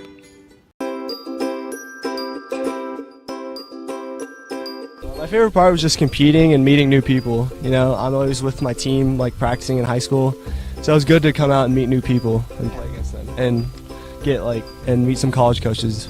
And the dribbling with the Sacramento Kings coach, that was really fun. Meeting new people, making new friends. The games, I love playing games, yeah. Just to be able to practice on my moves. My favorite part of camp is meeting new people. I've made a lot of friends so far. It's a real great experience here. Bit too powerful. 1 second, has another shot, puts it up to end the game. Nails the three. The crowd Here is goes Shiner wild. for 3. Yes, look at this. Everyone coming over to congratulate. Literally, ball in the air as the buzzer went off. Do you have the chills? Beautiful I have the finish. chills. I definitely look got at that. the I got the chills. goosebumps. I really did too. This broadcast of Merced College football is brought to you by Merced College, Dignity Health, Golden Valley Health Center.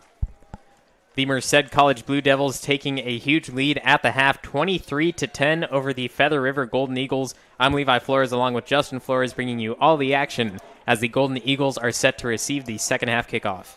If it's anything like the first half, you can pretty much call a Merced victory here. It was all Merced there in the first half on their multiple possessions. Ball lands at about the 20 picked up, going to be taken up to the 33 before being taken down by every single player on the field. We talk about the run backs and the special teams of Merced. They allow about 15 yards for every return kickoff, no matter who they're playing. And the good news is they wrap up the runners and don't allow them to get out to the, beyond into the deep where they can get a touchdown. But to end the first half, Feather River had the ball. They seemed to be in control. They burned 5 minutes off the clock, eventually punting it away on a very strange series of events when they were 4th and short. And I wonder if the coaches just didn't simply do that to try to get the fire under Feather River to say, you know what, you're just not playing. We're going to let the clock run out. We're just going to let it go. And we'll see here if any adjustments they may have made in halftime. And they're going to call delay of game as the play clock ran out for Feather River, so take it back automatically to start the second half. I say that after that all happens after I say, let's see if they've made any adjustments and got a fire under their belly and coming out and letting that play clock run out. Not a way to start a series with a 5-yard loss, not even snapping the ball. Man in motion right to left. They're going to give it to that man in motion left side, breaking away past the first down marker before being taken out at the 47. DeJohn Thomas, if you've got the speed and you've got the player that can get out to the outside around that initial line, that's your bread and butter if you can do that. That's the first time today we've seen anything like that from Feather River.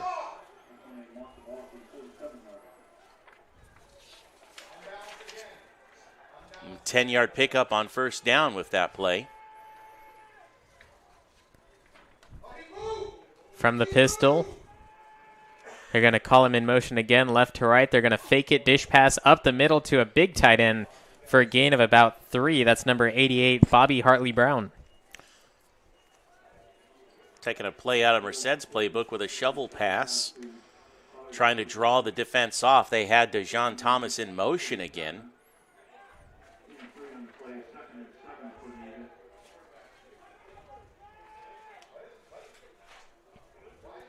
There he is in motion again. This time they're going to hand it off to the single back, and he will fight for 3. Chance, Bustillos.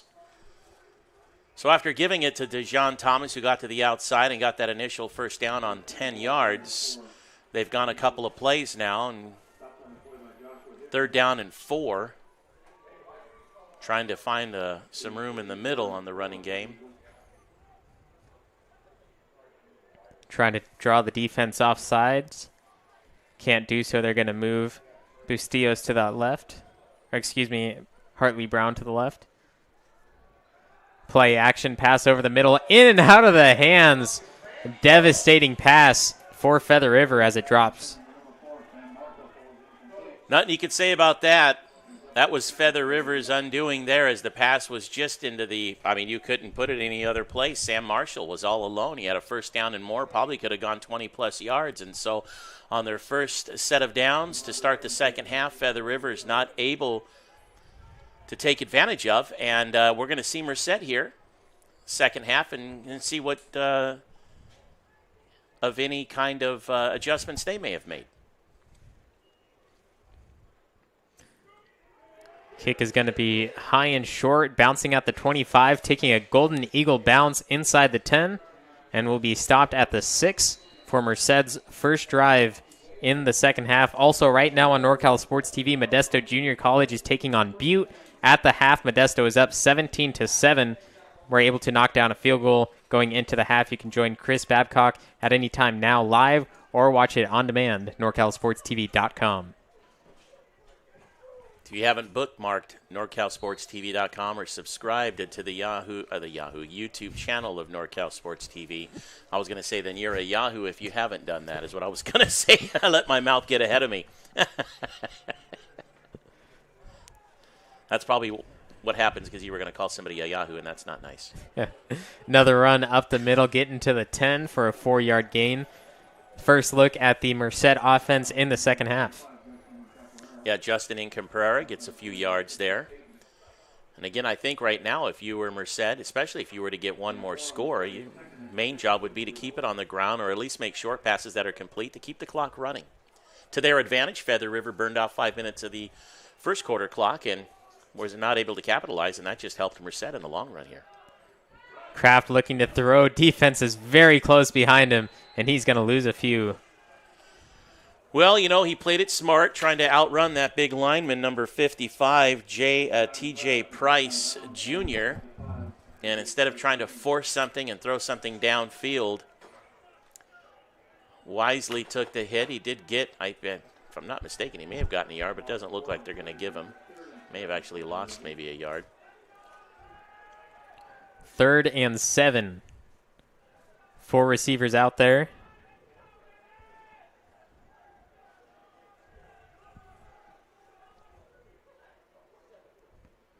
Play action, faking to Incomprera, straight over the middle, in and out of the hands of the defense, trying to find DeMondre Evans. And multiple flags on the ground, possibly roughing the passer?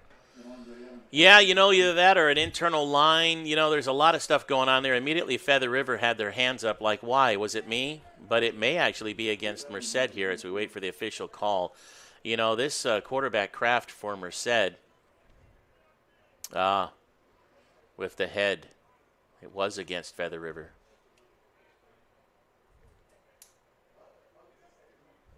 They're going to call ineligible receiver on Merced, and then a roughing the passer call, which is not going to do anything for either team. They offset one another. So Kraft, the quarterback for Merced, he's out of Sonora, played for Bret Hart in Angels Camp.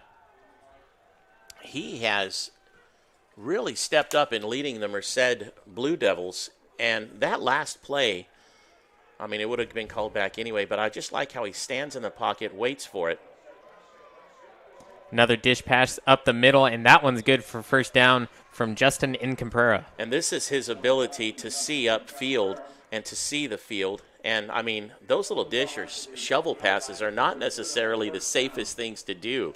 The way they're thrown and how they're thrown and where they need to be, kind of splitting lines and defenders and all.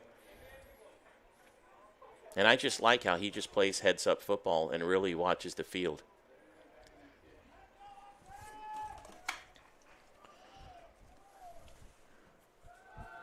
Another hand taken up the middle, and that's Incomprera again busting through the line. And Incomprera, he's a Central Valley kid. He's out of Los Banos High School. And if you've ever seen Los Banos play football, smash mouth, big boys.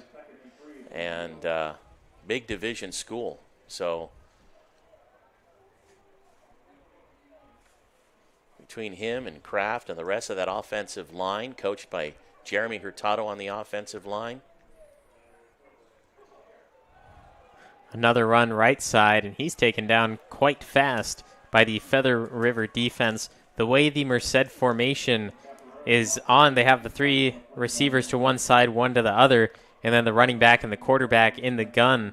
They have so many options that they've chosen to do, and they run so many different plays. And they're going to have trips right, one to the left, same formation, and they're going to run it up the middle. Incomprera finding his way down. Two defenders are there to stop him at the 40, and it looked like the referee may have gotten in the way as well for an extra blocker. 12th man on the field. The one thing about Merced is they are successful in most of their plays that the defense can't just say, well, they might be spreading us out, but they're actually going to run, because Merced's also known because Kraft can throw. And that last play, a prime example of just the defense not sure what Merced's going to throw at them. You would think on a normal case that they'd be running, which they eventually did, but it threw off Feather River. They just don't know what Merced's throwing at them.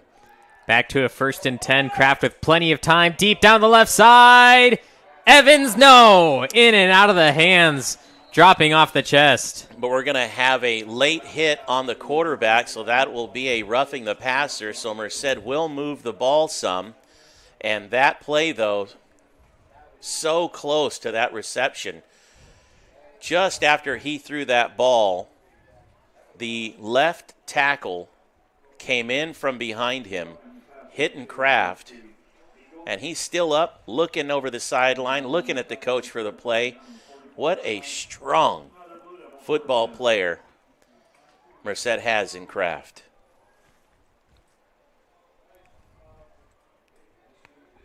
Now 1st and 10 from the Feather River 45. Incomprera left side. Gets past the line of scrimmage, fighting his way to the 30 for a first down. Levi, you're getting 13 yards either on a run, a pass, or flags. You're controlling the game. You've got the clock running. You're up by 2 touchdowns.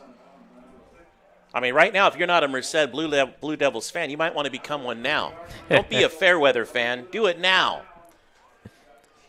And out onto the field for the Blue Devils come Dasani Tate, who got hurt earlier in the first half. It looked like he may have had some sort of a dead arm where his muscles kind of just gave out after being hit. But he's going to be on the near side, left side of Kraft, as he's looking to throw. He's looking his way too, isn't he? Straight over the middle, end zone, receiver, yes! Touchdown, DeMondre Evans and the Merced College Blue Devils. You got to be kidding me. 30-yard strike, dead center.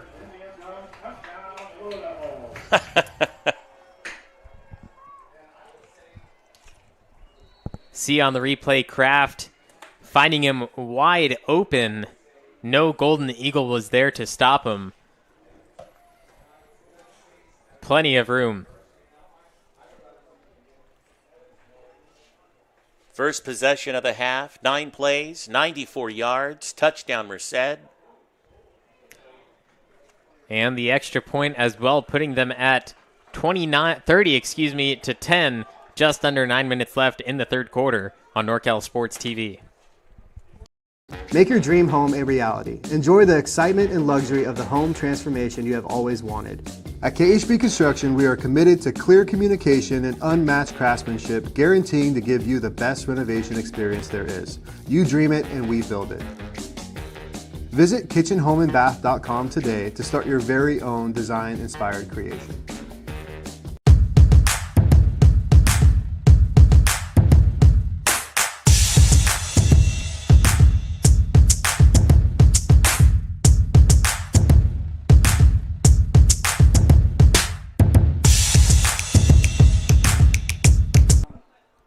Another strike to the end zone for the Merced College Blue Devils, 30 to 10, 20-point lead. Blue Devils leading the Golden Eagles in the third quarter. Wonderful series. 9 plays, 94 yards for that strike. And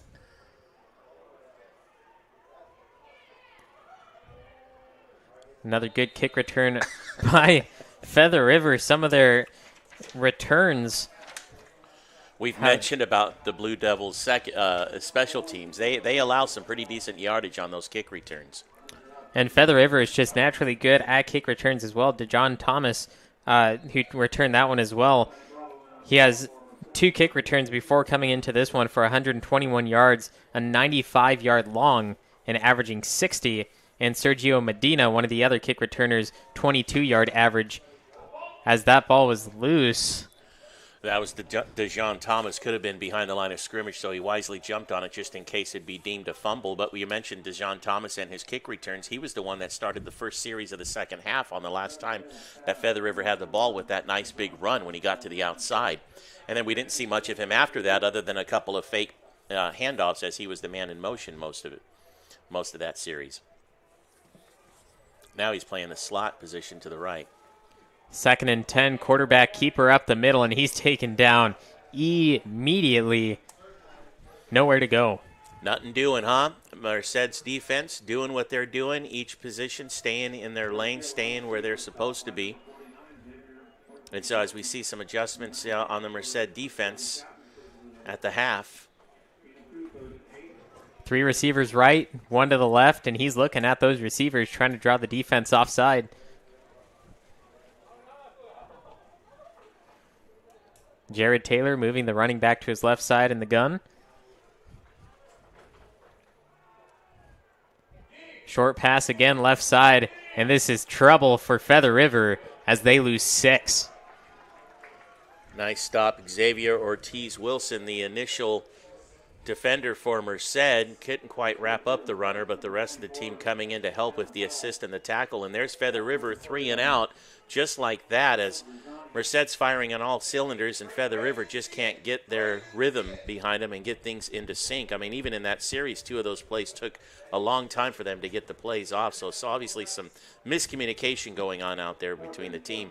Feather River coming into this game at 2-0, Merced at 2-1. Right now, Merced's just proving every team that they play, playing them hard, winning big.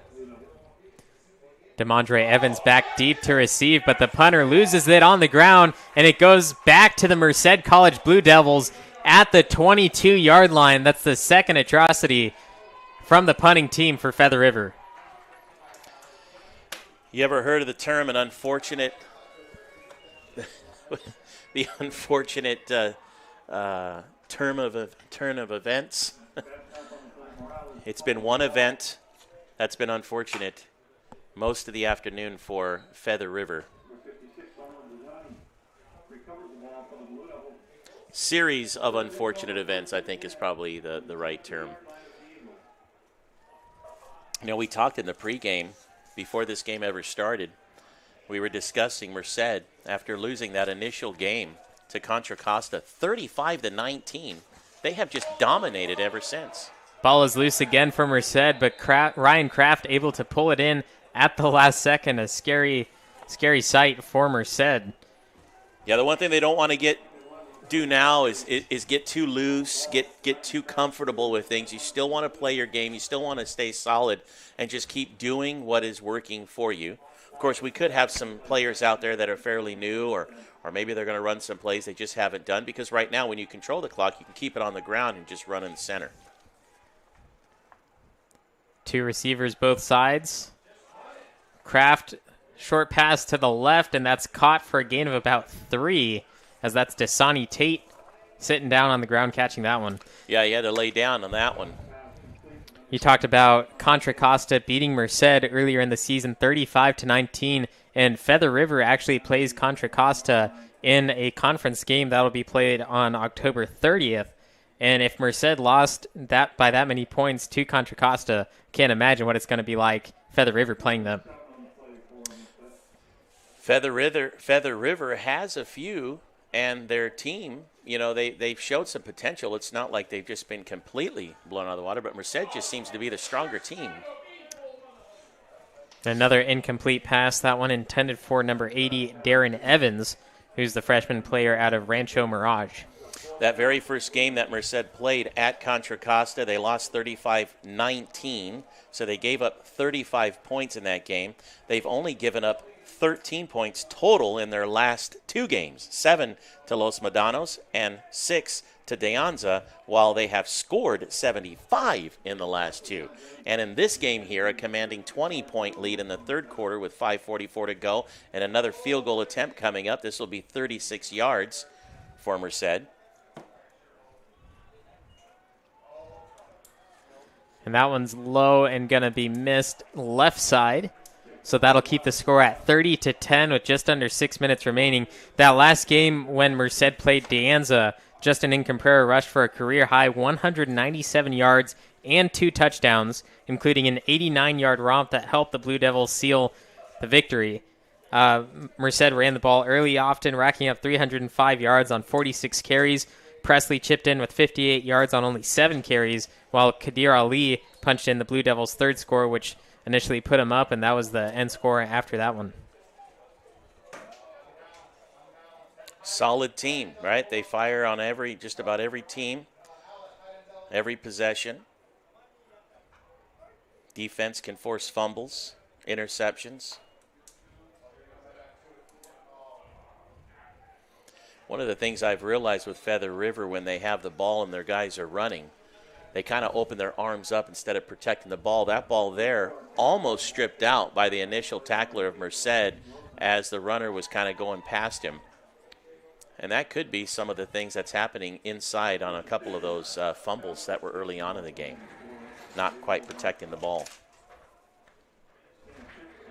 There's the tight end trying to draw the defense offside again. Can't quite do so, but another run and being hit at the line for nothing. And starting the game off, Feather River passed early and often, which they're not really known for, only 160 passing yards per game. And I think they did that within the first half, but since then, they've only rushed the ball, and that's where we get their 299 rushing yards per game on average. Merced looking for another 3-and-out on Feather River as they go with the spread offense.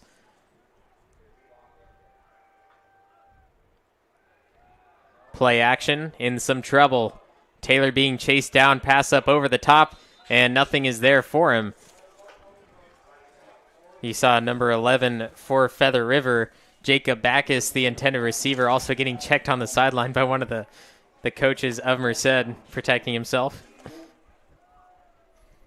Yeah, Backus is one of their game players, one of their playmakers, even though he's a freshman. We saw him early on in the first quarter. But there's 2 series in a row for, it's 3 series in a row for Feather River now that we've seen a punt. The last one was a muffed long snap. Nearly out of the hands again and almost blocked as well as that ball drops at the 40. Another Golden Eagle bounce. When the punter does get a hold of it, he does punt it down and get good yardage. Merced ball at the 25, looking to score again as a lot of time has moved off the clock in the third quarter.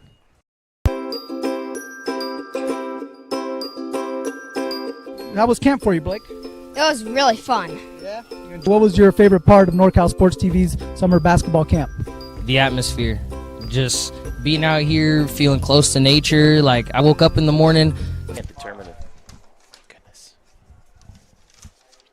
Merced College up 30-10, and Merced with the ball again as Feather River gave it up on a 3-and-out. Ryan Kraft back in possession with two receivers to both sides, slowly and methodically moving that offense down the field as he hands it up the middle for a gain of about 5. Missed field goal the last time Merced had the ball. They'd like to just put a strike into the end zone. Get that far ahead here late in the third quarter. Nothing like starting the fourth quarter being up by 4 touchdowns. So this is what Merced's going for now on the hurry-up offense. Keep the clock running, hurry up the offense, catch Feather River off guard.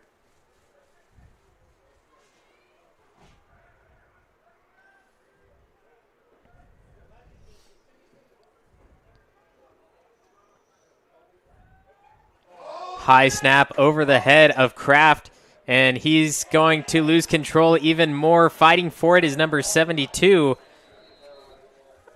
Aristio Prado. And the referees are going to call for a Merced ball. So they will have it at the 10. A bad snap from the center, and Kraft unable to get a hold of it all the way back there. Luckily, the lineman able to stop it. 6'4" freshman Aristio Prado. Yeah, heads-up play for the big guy, turning around and chasing after that. That was just one of those plays where Kraft, as he slid down trying to grab it, just kind of like it almost like it was just lathered with some olive oil or something and slipped right on underneath him, and that could have been huge for Feather River if they'd have gotten and recovered that. 3rd and 23 for Merced. Dasani Tate to Ryan's left. Stepping up to throw, in some trouble, taking it himself. He finds a hole right side in an open lane, getting the first down and taken out at the 43-yard line. A huge play by the quarterback, Ryan Kraft. Heads up play is all it is. Heads up, heads up, heads up. As soon as he was being chased by the defenders, one of his intended receivers down was in the way, and it could have easily gotten a block call, but instead he just stood there and created a wall, which gave Kraft the extra yardage, and once he got in the secondary, he was gone. Absolutely incredible after losing so much yardage previously, making it up on 3rd down. Now they don't have to give it up, and they could take even more time off the clock, under 2 minutes and counting, as they hand it off to Incomprera, who's able to spin and stay on his feet for 3.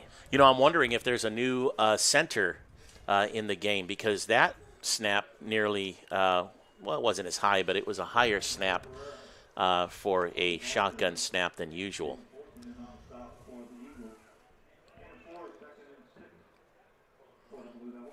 And right now the offensive line and the offense in general in control of the game will be out in the field longer if they can. And so these longer play calls with the clock running and the play clock just gives those guys extra time to breathe and catch a couple extra breaths between plays. Kraft looking to throw, scans field right side, wide open off the right sideline, is caught and going to be taken down at the 30. If I'm not mistaken, that was Rodney Windsor. And that's actually going to be Demondre Evans, number 9, who has caught multiple passes in the game so far. Well, it's been all Merced, and even right now, you know, you're either going to try to collapse and take Kraft out defensively, or you're going to have to play back and cover the pass game. But even if you did that, all Merced's going to do is just run it. Flag on the play, Kraft throwing left side, thinking about a free play if he has it. Pass intended to Dasani Tate, but it falls incomplete. We'll see what that initial flag was as it was thrown during the snap. Yeah, Feather River jumped the gun, and they snapped the ball with Feather River encroaching, so it should be an offsides call. and that's just going to move the ball for Merced on their behalf. And what I like about that is Kraft, he didn't throw recklessly. He knew that the flags had been thrown, and here was a chance, as you said, a free play. Let's throw it into coverage and see what happens. And just quite couldn't get it into the hands of the intended receiver down near the goal line. But that would have been huge, because had it been, caught by Feather River, we knew it was coming back because of the encroachment. So wise play for Merced and Ryan Kraft at the helm of the offense here.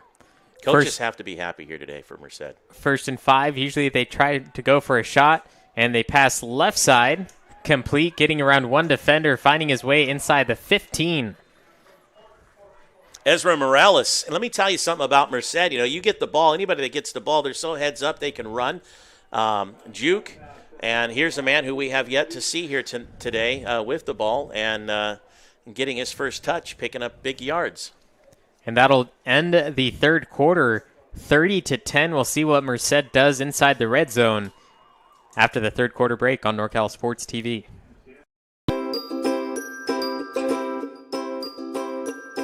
My favorite part was just competing and meeting new people. I'm always with my team, practicing in high school. So it was good to come out and meet new people and play against them and and meet some college coaches. And the dribbling with the Sacramento Kings coach, that was really fun. Meeting new people, making new friends.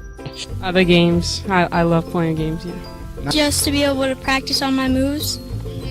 My favorite part of camp is meeting new people. I've made a lot of friends so far. It's a real great experience here. Bit too powerful. 1 second, has another shot, puts it up to end the game. Nails the 3. The crowd Here is goes Shiner wild. for 3. Yes, look at this. Everyone coming over to congratulate. Literally, ball in the air as the buzzer went off. Do you have the chills? I have the finish. chills. I definitely look got at that. the I got the chills. goosebumps. I really did too.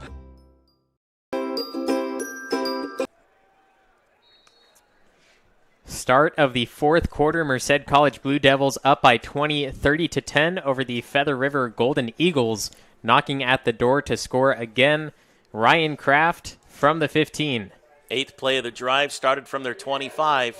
End zone. Touchdown, Merced. The reception. Oh, no, they're going to call it back, and they're going to say it was incomplete as it dropped out of the hands. I don't know about that one. It looked like the ground may have caused it, although with the reception, let's take one more look. I thought he came down with that. And it came out. It wasn't in there, huh? Ah. And there's going to be a penalty anyway on Merced. That takes him back to the 20. Boy, I was going to say hot dog. Here we are. Tight end even getting a look. Merced. They can get back and set up. Looking for another pass right side out of the hands of Ezra Morales, who caught the pass to end the third quarter. Blue Devils just looking to put the final nail in the coffin, as you say, and just simply go for the throat. Jugular. 2 quick passes back to back, and Kraft just throwing some strikes. He just needs a receiver to catch it for him. There was a flag on that first pass as well in the fourth quarter, so it keeps it at second down now after the first incomplete pass. Short pass left side. That one's complete for a gain of about 3. Not able to get back to the original line of scrimmage, which is at the 15, but they'll be close for a 3rd and about 12. We know we can kick field goals. We've made one, missed one. From the 35-plus yardage range, which is where they would be kicking from right now if they were forced to punt. Or kick a field goal, excuse me. It'd be a 35-yarder. They have all their hands on the field. Dasani Tate, Mateo Brinson, and DeMondre Evans, all as receivers out there.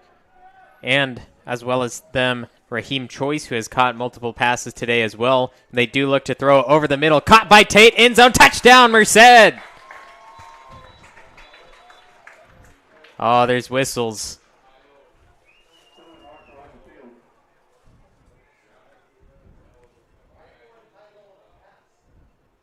Not sure what's happening now. The referee's blowing whistles as the flag was down at the line.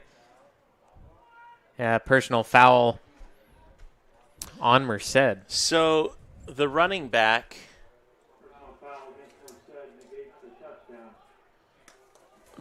on that last play went into the line where the defenders were there and just pretty much dropped his body, creating a trip situation. And I wondered if they were going to call an illegal block down there. And I'm not sure that's exactly what it was, but where the flag was thrown was deep into that pile of offense and defensive linemen where the running back went in there and hit the deck.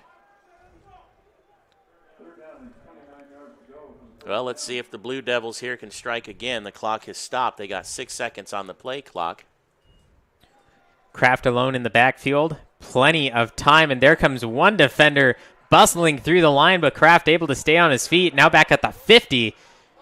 Throws right side to Tate. In and out of the hands, but caught by another receiver who wasn't even close to Tate, who was the intended guy.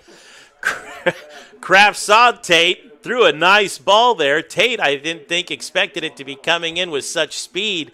And Kraft plays such heads-up football. Looking downfield, breaking one tackle, scrambling, chasing and being chased after by another. Beautiful play. And Merced dodged a bullet there, and now 4th and long. Looks like they're going to go for it. Keeping their offense on the field. 4 receivers, and then you have the one running back, of course, to Kraft's right. Left side, and tipped out by the defender. Number 7, Ethan Andrews, stopping that one. 15 plays, 70-plus yards, turning it over on downs. But Blue Devils controlled the clock, and a couple of exciting moments. A couple of passes into the end zone, but a few flags and things for the coaches to take a look at and, of course, improve on. But still in control of the game for sure here late in the game, up by 20. Boy, did they make that last series exciting. They had a touchdown pass called back due to a penalty. And the Feather River defense able to hold off from that point as a pass over the center is caught for a first down.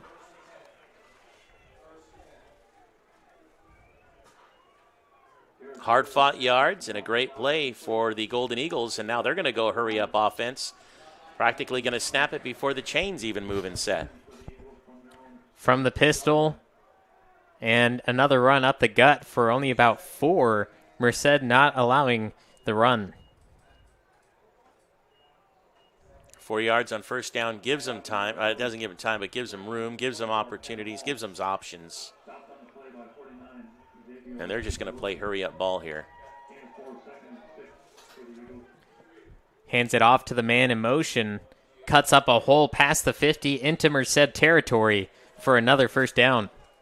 Jacob Backus, their first series, first quarter, the very first time they had the ball, they had a few plays with that young man, and we haven't seen much from him, and he now comes off the field. And the Eagles here are going to try to spread out the defense a little bit and see if Merced takes a bite. Another man in motion, handoff middle ground, finds a big hole close to the first down. We'll see if they give it to him. But 2 run plays in a row now that has exposed the Merced defense. Spreading out those wide receivers. Spreads out the Merced defense, and the linebackers bid on those outsides and opened up that middle. Taylor faking, takes it himself, and being hit by 3 Blue Devils as he races for that first down and an extra 10. Boy, 5 plays into this thing, and these guys have gone almost 60-plus yards. Feather River here on the hurry-up offense, no huddle. They are down by 3 possessions with 11 minutes left in the fourth quarter. Not quite sure if they can come back. It'll be a miracle if they do, but it looks like they're trying to do exactly that. Another run to the right side. He's able to get a few yards. That's number 24, Tanner Hall. And so after a couple of big plays and Feather River moving the ball fairly quickly, Now they slow down and look to the sidelines for a play from the coach. 2nd and 8, still in that pistol formation. Plenty of backs. Another handoff and slowly gaining those yards again. I really liked what they were doing before. They came out prepared, considering, and almost like they knew the first 3 or 4 plays they were going to run, and within 5 plays, moved it up 60-plus yards. Now they're slowing down, waiting for the coach on the sidelines. But when they really spread out the wide receivers, because they can be a threat in the air, Merced's defense weakened up a little bit, and they had the inside run, but short pass in and out of the hands of DeJohn Thomas. Yeah, that's a tough break for DeJohn Thomas because he is fast, and getting him to the outside is exactly where you want to put a man with his speed. And with Sam Marshall to block there on that outside, that could have been a huge play for Feather River, and an unfortunate incomplete pass there. So here it is, 4th down after Feather River in 8 plays has taken the ball 54 yards. No doubt they're going for it. Taylor looking to throw. There's the defense on him. Has a hand, taking him down at the 25.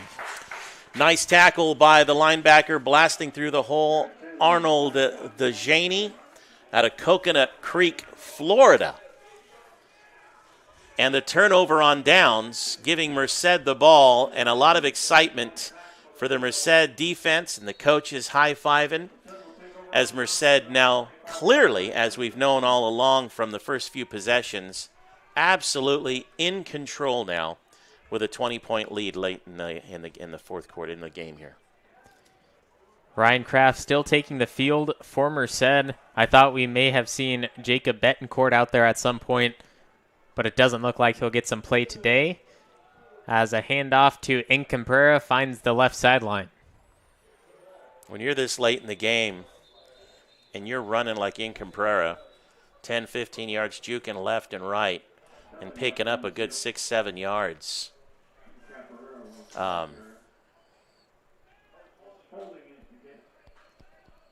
continuing to just do what they've done the entire game.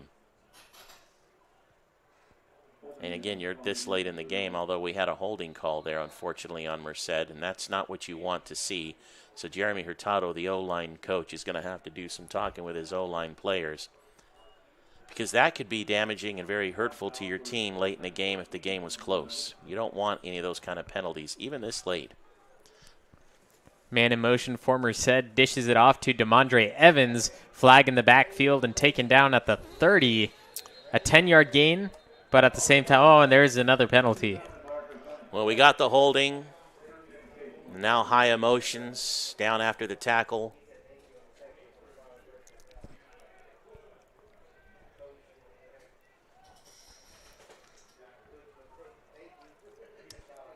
One of the Merced coaches very upset, yelling at his team from the sideline. Yeah. And Feather River very calm on their side. Get it together. Don't respond. Play your game. Stay the course. Follow the program.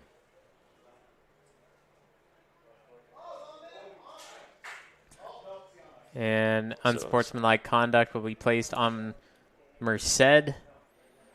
So the holding call against him, yardage, now an unsportsmanlike. And why are you getting an unsportsmanlike call with a 20-point lead with 9:17 to go in the game? Your record is 2-1. You're playing a 2-0 team. You're obviously, by just playing the game, in control.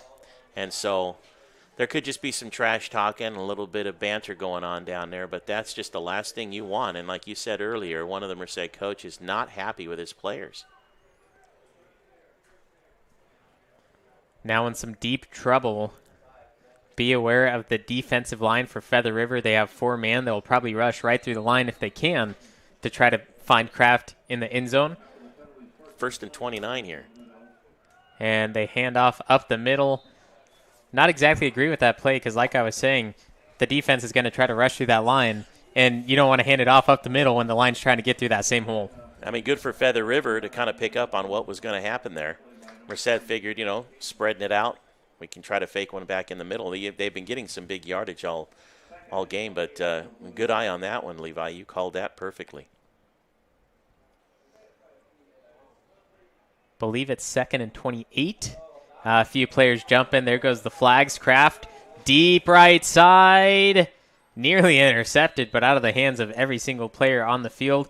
Intended receiver Ezra Morales, as we wait for the call to see if it helps Merced or if it will favor the Golden Eagles. Well, from what we saw up here, it looked like encroachment against Feather River, excuse me. So in favor of Merced, because we haven't seen Kraft do anything very reckless, if he knew that, then a free play, let's just chuck it down there and see what happens. Because that one, again, like the previous one that almost looked like it was a reckless play last series, was by design. He just chucked it up there because he knew it was a free play for him. And you realize he just threw that ball nearly 50 yards on that last play. He's got an arm. 5 yards in favor of Merced, which brings them to 2nd and still a plane ride as another offensive play goes nowhere. Well, they're just trying to let the clock run down here. What they do need to do, though, is get that. If we can move the chains one more time, get a fresh set of downs, because even here in punting from here is still going to give Feather River really good field position, and it just takes a couple of big plays for Feather River. They're not 2-0 because they've played, weak. They've played strong, so we know that they can put up points. But they are looking to taste defeat here for the first time in the 2021 season. Looked like a failed handoff attempt since Kraft fighting his way downfield to the very original line of scrimmage, which seems like it happened 7 plays ago. Right. But now it's finally going to be 4th down and 10. After all that, they started at the 25, and they've played 5 plays to get back to that original line of scrimmage. And with 20 seconds on the play clock, they're going to bring out the punting team. And so special teams will see if they can make something happen here. And Feather River doesn't trust them. They're putting everybody up front, not wanting to have an embarrassment of a fake punt go in favor of Merced. Tate puts it down to the 35, returned well, and I think this might be the worst kick return that we've seen from Feather River, although it was in the hands at the 35. Sergio Medina not picking up a lot of yards, but thankfully holding on to it. I've noticed the Feather River runners, a lot of them they're not quite protecting the ball as you would expect. Sergio Medina, before this game, had 3 kick returns on the year, 66 yards in total, 22 on average, and a 54 long.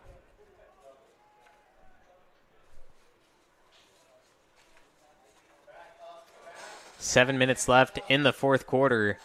Merced up by 20. Feather River just looking to add some more points to the board before the final buzz goes off, and a first down for Taylor as he makes his way 12 yards on the feet. He just didn't see anything upfield, but Merced defense was showing man-to-man, so there was some possible options there. But though they got the extra yards for a first down, that could have been much bigger had one of those man-to-man options not been fast enough for the speed of Feather River wide receivers.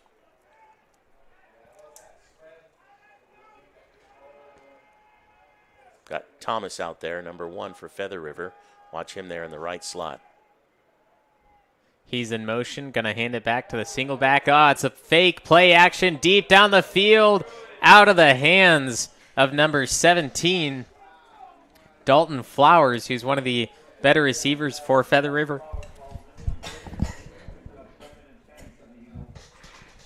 That would have been a nice jolt to the psyche for Feather River if they were able to get that, and they're just going to go straight to it to the line, although the clock has stopped.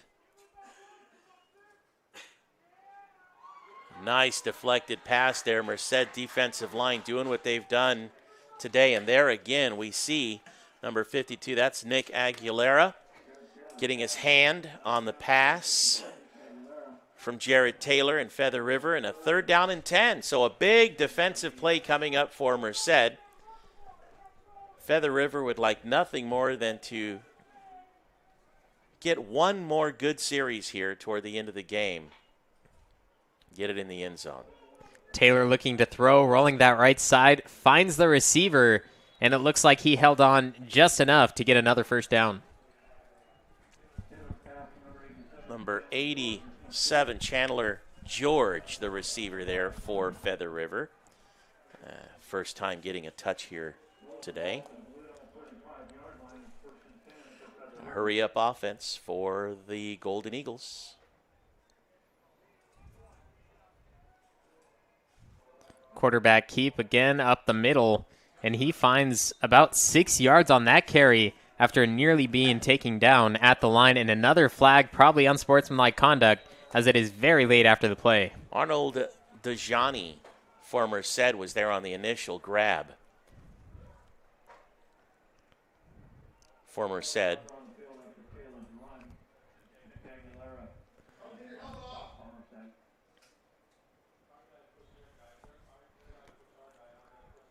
Referee's talking about it in the middle. Most likely unsportsmanlike conduct. I mean, it came 5-10 seconds after the play.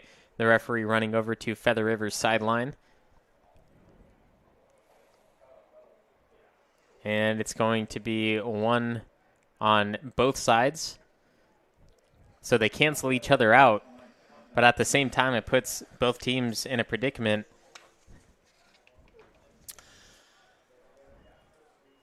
And one of the things that the coaches do, talking with the team, is try not to let your emotions get the best of you. Let the emotions play out in the gameplay. Play the game. Taylor throwing right side, has the receiver in and out of the hands. Once again, that's Flowers. Yeah, Dalton Flowers, 6'5", 200 pounds, freshman out of Leander, Texas. Taking those passes from Taylor out of Lakewood, Washington. 2 now in this series. Could have easily been touchdowns for the Feather River Golden Eagles. Dalton Flowers, 67.5 yards per game off receptions, a 58 long, and not able to do a lot tonight. More thanks to the Merced College defense. Right, yeah, they have shut down Feather River and all that they were able to do in their first 2 games of the season. Pass over the middle. Flowers dodges one tackle inside the 10, fighting his way, staying on the feet, finally being wrapped up and taken down at the 1.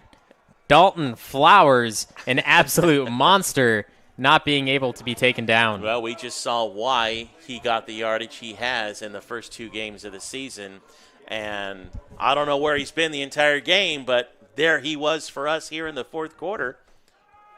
You wonder why or how Feather River can go 2-0 playing the way they have today, and there's a little glimpse of what they were doing, obviously, to be victorious in their first 2 games of the season. And the goal line defense of Merced is not going to be able to stop Feather River, as 6 points added to the board. Touchdown. 58 hard, and I'm saying hard, fought yards for Feather River and the Golden Eagles on that series. If it wasn't for the big pass to Flowers that got them deep inside the 5 to begin with. But the Golden River Eagles, or the Feather River Golden Eagles, excuse me, with a touchdown.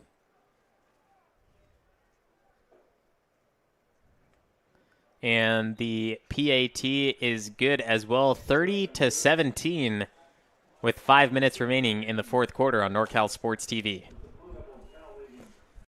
This broadcast of Merced College football is brought to you by Merced College, Dignity Health, Golden Valley Health Centers, and the NCS-TV Summer Basketball Camp.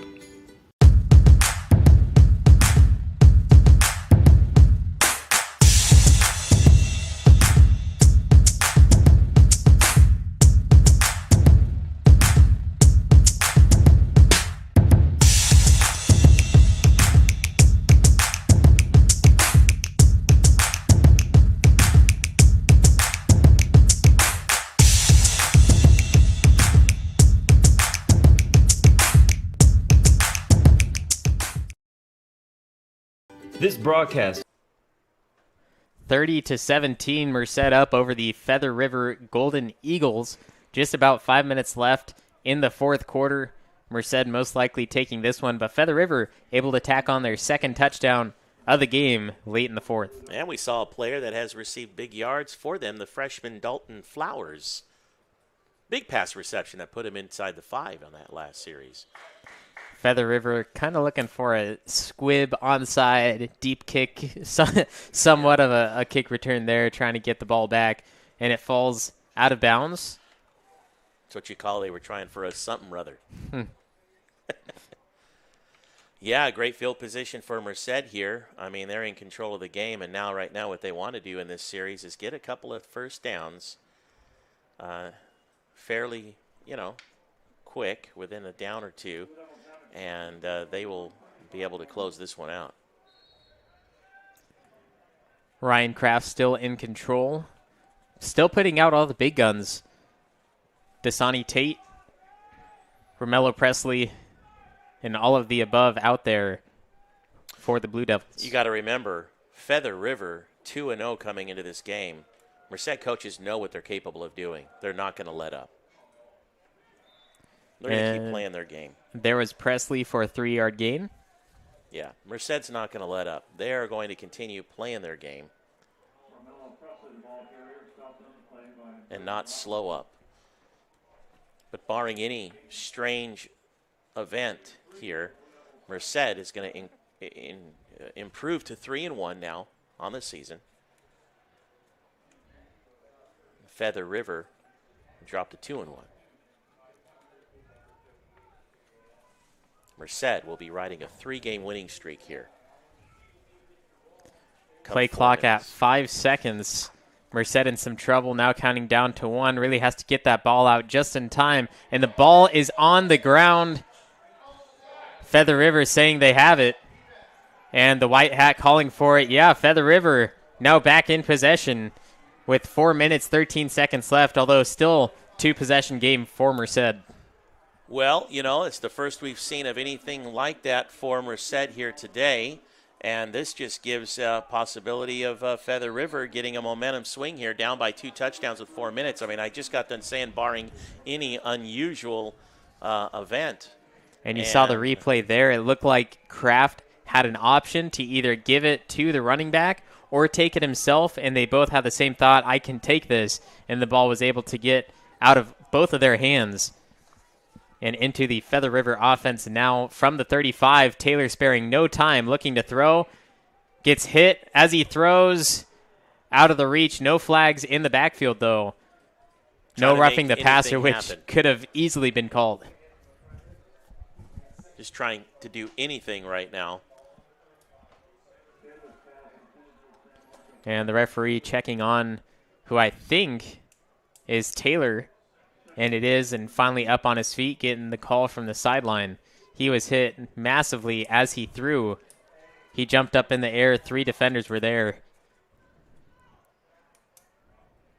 And yet the pass still beautifully thrown and just out of the reach of the intended receiver, which was deep near the end zone. I mean, a quick strike here puts Feather River back into this game that they probably didn't think they were going to be able to.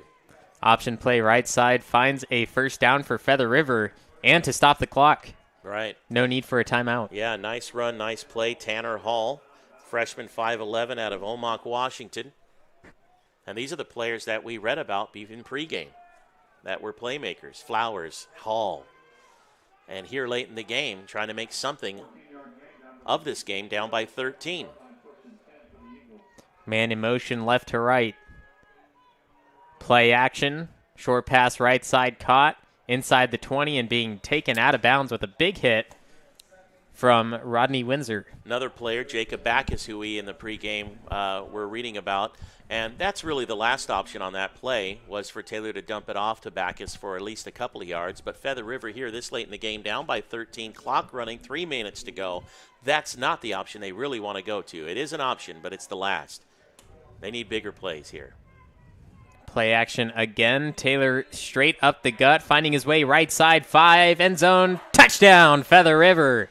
Wow, hard fought running yards and a touchdown in the strike. I said barring any strange event, less than 1 minute of game time ago when Merced had the ball and obviously control of the game. They now find themselves only up by a touchdown, and Feather River's knocking at the door. 3 plays, 35 yards for that touchdown. And this PAT can put them within 6, which is exactly where they want to be.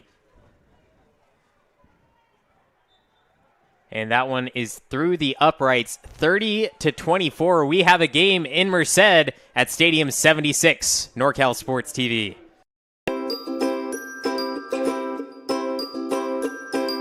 How was camp for you, Blake? It was really fun. Yeah.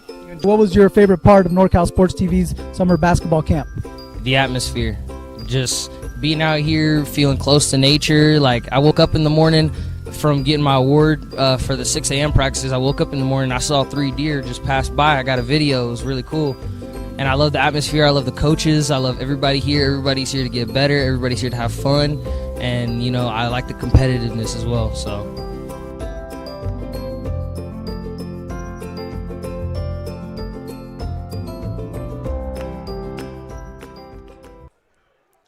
Stadium 76 at Merced College. Feather River coming back within 6 points. Merced now only with a 6-point lead. 3 minutes to go.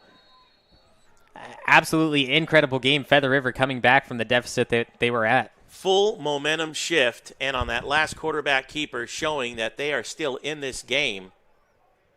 And they just kicked it deep, saying, hey, defense is going to take control here.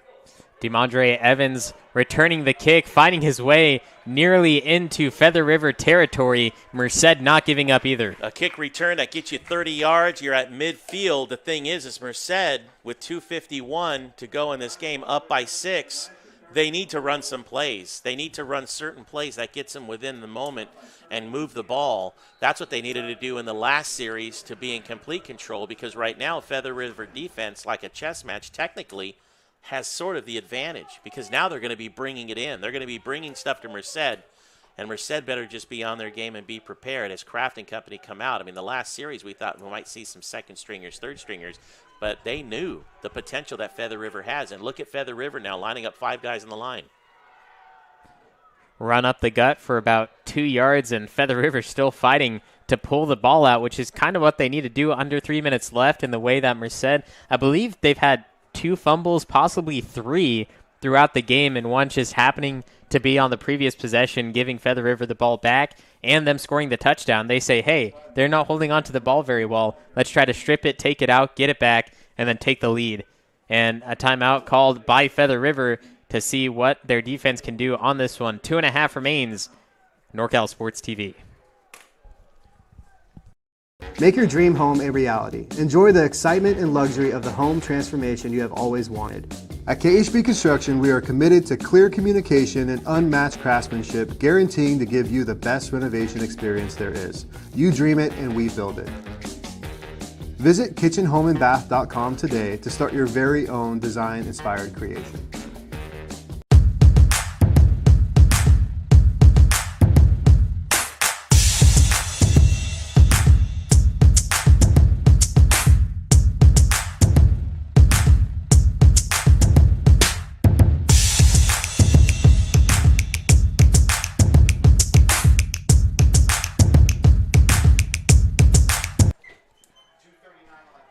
Second and 9 for the Merced College Blue Devils. Blue Devils up 30-24. The Feather River Golden Eagles coming back from a huge deficit, now only within 1 possession. But first, they have to get the ball back if they want to have a chance.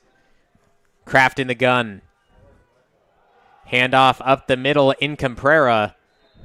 Able to take it to 3rd and about 4. Keeping it on the ground, letting the clock run, picking up 2-3 yards per carry. That's what you want, and Merced needs one more of those. Feather River calls another timeout to try to stop the offense of Merced. If they can stop them again, they'll get the ball back with plenty of time. And after the score on the previous possession, they didn't take too much off the clock, and they're just knocking at the door trying to get it back. Feather River has that momentum swing. Even the defense right now is feeling it as O-line coach for Merced, Jeremy Hurtado, out there trying to hype his team up, saying, boys, we've almost got to stay in this thing. Let's just stay to the plans that we've got, run the plays. We know that they can be successful. We were able to run this. We've done this for 2 straight games, and now in our 3rd game, keep the course, stay steady. Don't try to do something away from the team. This is the play that can make or break for Feather River. Kraft staying in the gun. You can see the Feather River sideline hopping up and down, looking for the stop. Caprera, left side. And he's taken down in the backfield. It's going to be 4th and about 7. Merced now in some trouble. You talk about momentum shift. The last thing you want to do is be tackled on the sideline of the opposing team, who right now is looking at the clock going, we might get this ball back and can make this happen. And Merced cannot walk out looking defeated. I mean, they've got the lead right now, but now with 4th down and 7, punting team coming out, Feather River now right now thinking, we got the ball back. Now it's make it or break it time.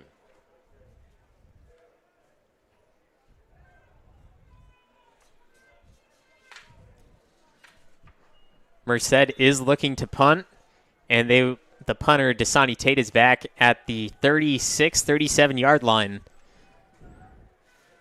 As back deep to receive, number 9, Sergio Medina.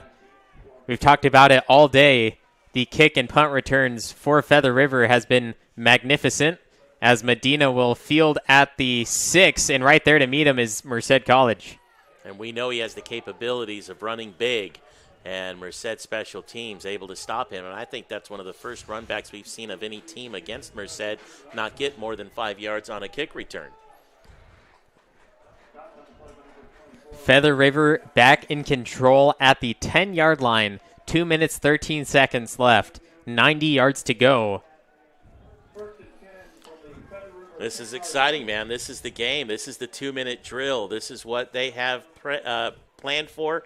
Most practices at the end of the week end with the 2-minute drill for excitement levels. Well, now, boys, it's the real deal. The Merced defense also defending the 2-minute drill. Taylor throwing over the middle, incomplete. And number 11 was the intended target, Jacob Backus, and he's looking for a flag as he crossed the middle. Well, we know that these referees had let these guys play football here today. 2 receivers both sides. 4 seconds taken off the clock on that incomplete pass. 2nd and 10.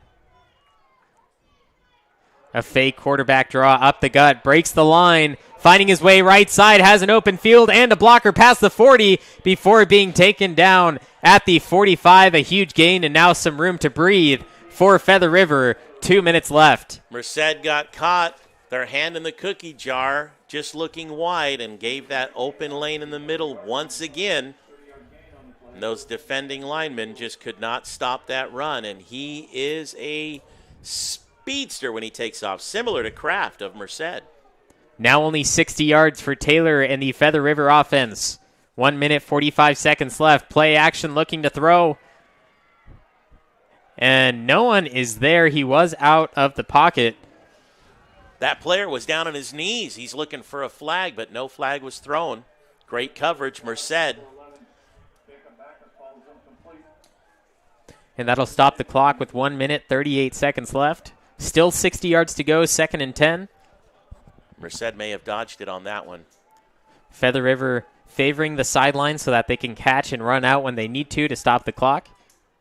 Trying to get the defense to jump. Taking his time because the clock is stopped officially. Play clock at 8.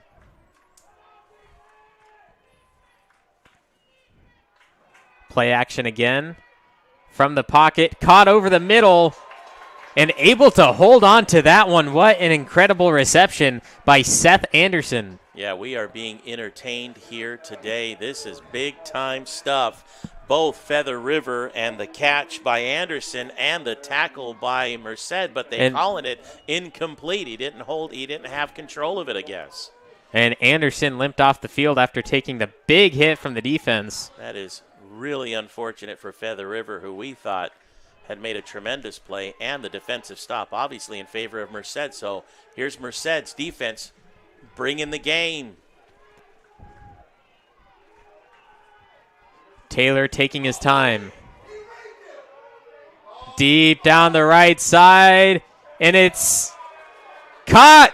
He caught it at the 15-yard line, deep down the field. A huge play for Feather River. And Feather River just escaped a massive penalty in the back end. Back in the block behind the quarterback was not seen by the white hat. Just a blatant missed call and a benefit on the pass reception for Feather River, now threatening to score. 1st and 10 from the 15. Taylor in command. 2 receivers to both sides. Play action again over the middle, caught by Flowers inside the 5. Feather River showing why they're 2-0 here late in the game, decided to show up, and now threatening to score with the clock running, down by 6. And that's a fresh set of downs inside the 5. And Feather River now taking their time as they do have it. About a minute left in the 4th quarter, down by 6.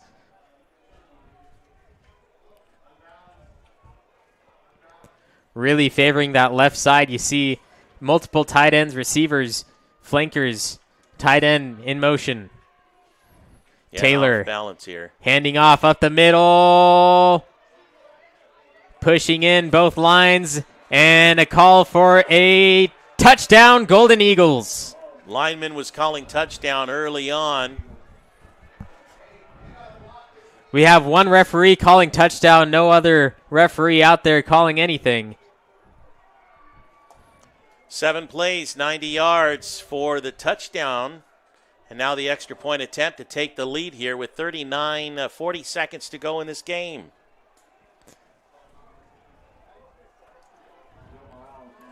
Gio Morales can put them up by 1. The snap, hold, kick, high up through the uprights. It's good, 31-30. Just under 40 seconds remaining in the 4th quarter. Can Merced come back? Find out next on NorCal Sports TV. Make your dream home a reality. Enjoy the excitement and luxury of the home transformation you have always wanted. At KHB Construction, we are committed to clear communication and unmatched craftsmanship, guaranteeing to give you the best renovation experience there is. You dream it and we build it. Visit kitchenhomeandbath.com today to start your very own design-inspired creation.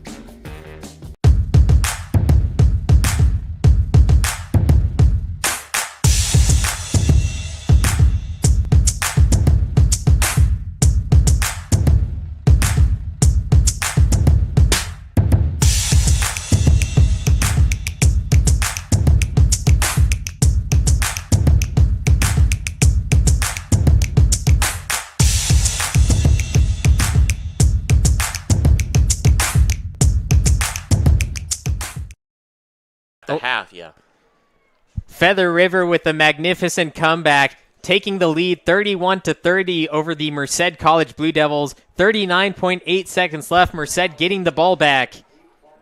Absolutely incredible plays and options by Feather River as they will kick off to Merced, who will field the ball and try to get back in the lead.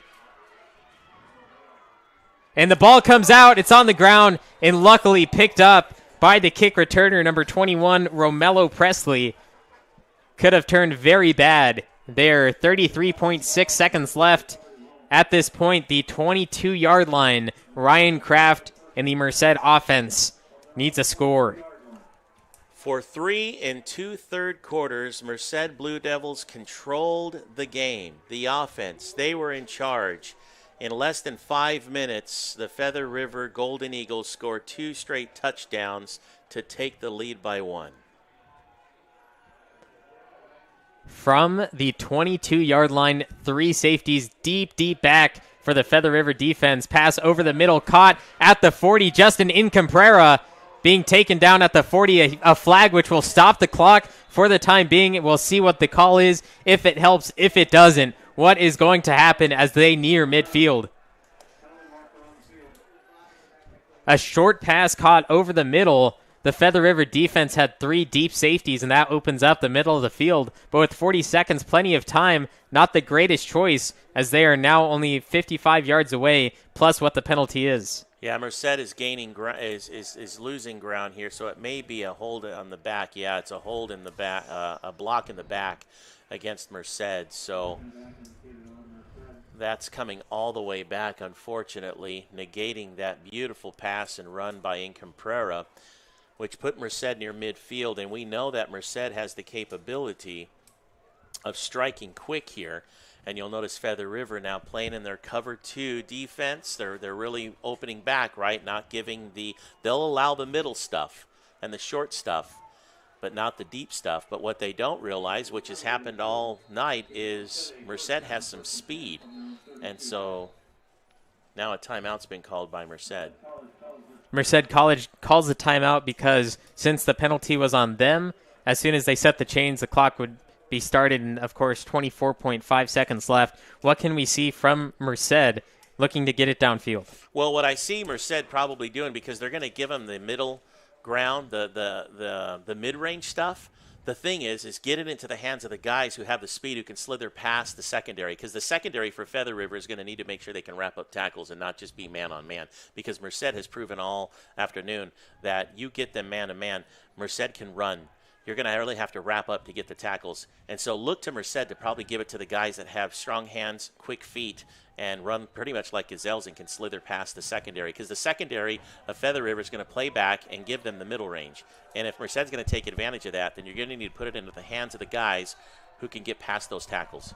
All hands on the field for Merced, and the kicker warming up on the sidelines. Kraft looking deep right side. There's nothing there for him. In some trouble, and ball's loose. Taken down in the back, and Feather River picks it up, and that will do it. An amazing turn of events in favor of the Feather River Golden Eagles as they take the lead 31-30 late in the fourth quarter. Keep it that way, getting the ball back with only 15 seconds left. Absolutely incredible offensively and defensively in the final 15 minutes. That was extremely unfortunate, but I got to give credit to Kraft, who didn't just turn around and chuck the thing out there in a Hail Mary to try to make something happen. He's a heads-up player. He looks for the men he's looking for. He didn't see it. When he was hit and spun around and lost the ball, he tried to jump on it, and that's just unfortunate that they couldn't get the ball back because, as you said, the game's over. Feather River's going to come out, take a knee, take a victory after scoring 14 straight points for this win. But I'll tell you what, Kraft and the Merced Blue Devils know how to play the game. And we obviously now see why Feather River was 2-0 coming into this game. Remember, we were talking about it. Both teams are on a 2-game winning streak. And now we see why and how Feather River has won. But I'll tell you what, those coaches of Feather River saw a Merced team here today that scares them. Feather River 31-30. And it only happened in the fourth quarter. Came all the way back, getting that extra point attempt. Gio Morales able to put it through the uprights to really take the lead. Unfortunate for Merced offensively and defensively in the fourth quarter. We thought that they had the victory, but it ended up turning Feather River's way. Yeah, it was a very tough loss for Merced. My heart is racing right now because the one thing I do enjoy is watching an amazing football game, and today was one of those games. It just unfortunately did not go in favor of the hometown faithful of Merced College, but Feather River is going to have a drive home in which they escaped the tough Merced Blue Devil offense and defense. And, of course, we cannot forget there was a rash, and we didn't keep an eye on it and count them, but there was a rash of penalties here today on both teams, from unsportsmanlike to holding to pushing in the back and blocking in the back. And in the young season for both these teams, they're going to have to get those under control as they move forward and get ready for league-type play. Merced will play at Yuba College Saturday the 2nd, and then back at home on the 9th against Foothill. You can watch that one here on NorCal Sports TV. Join Chris Babcock right now as Modesto Junior College is playing Butte. 38-17, Modesto up with just under 2 minutes left. But for us, I'm Levi Flores along with Justin Flores, our producer, and the rest of our crew. Thank you for watching NorCal Sports TV.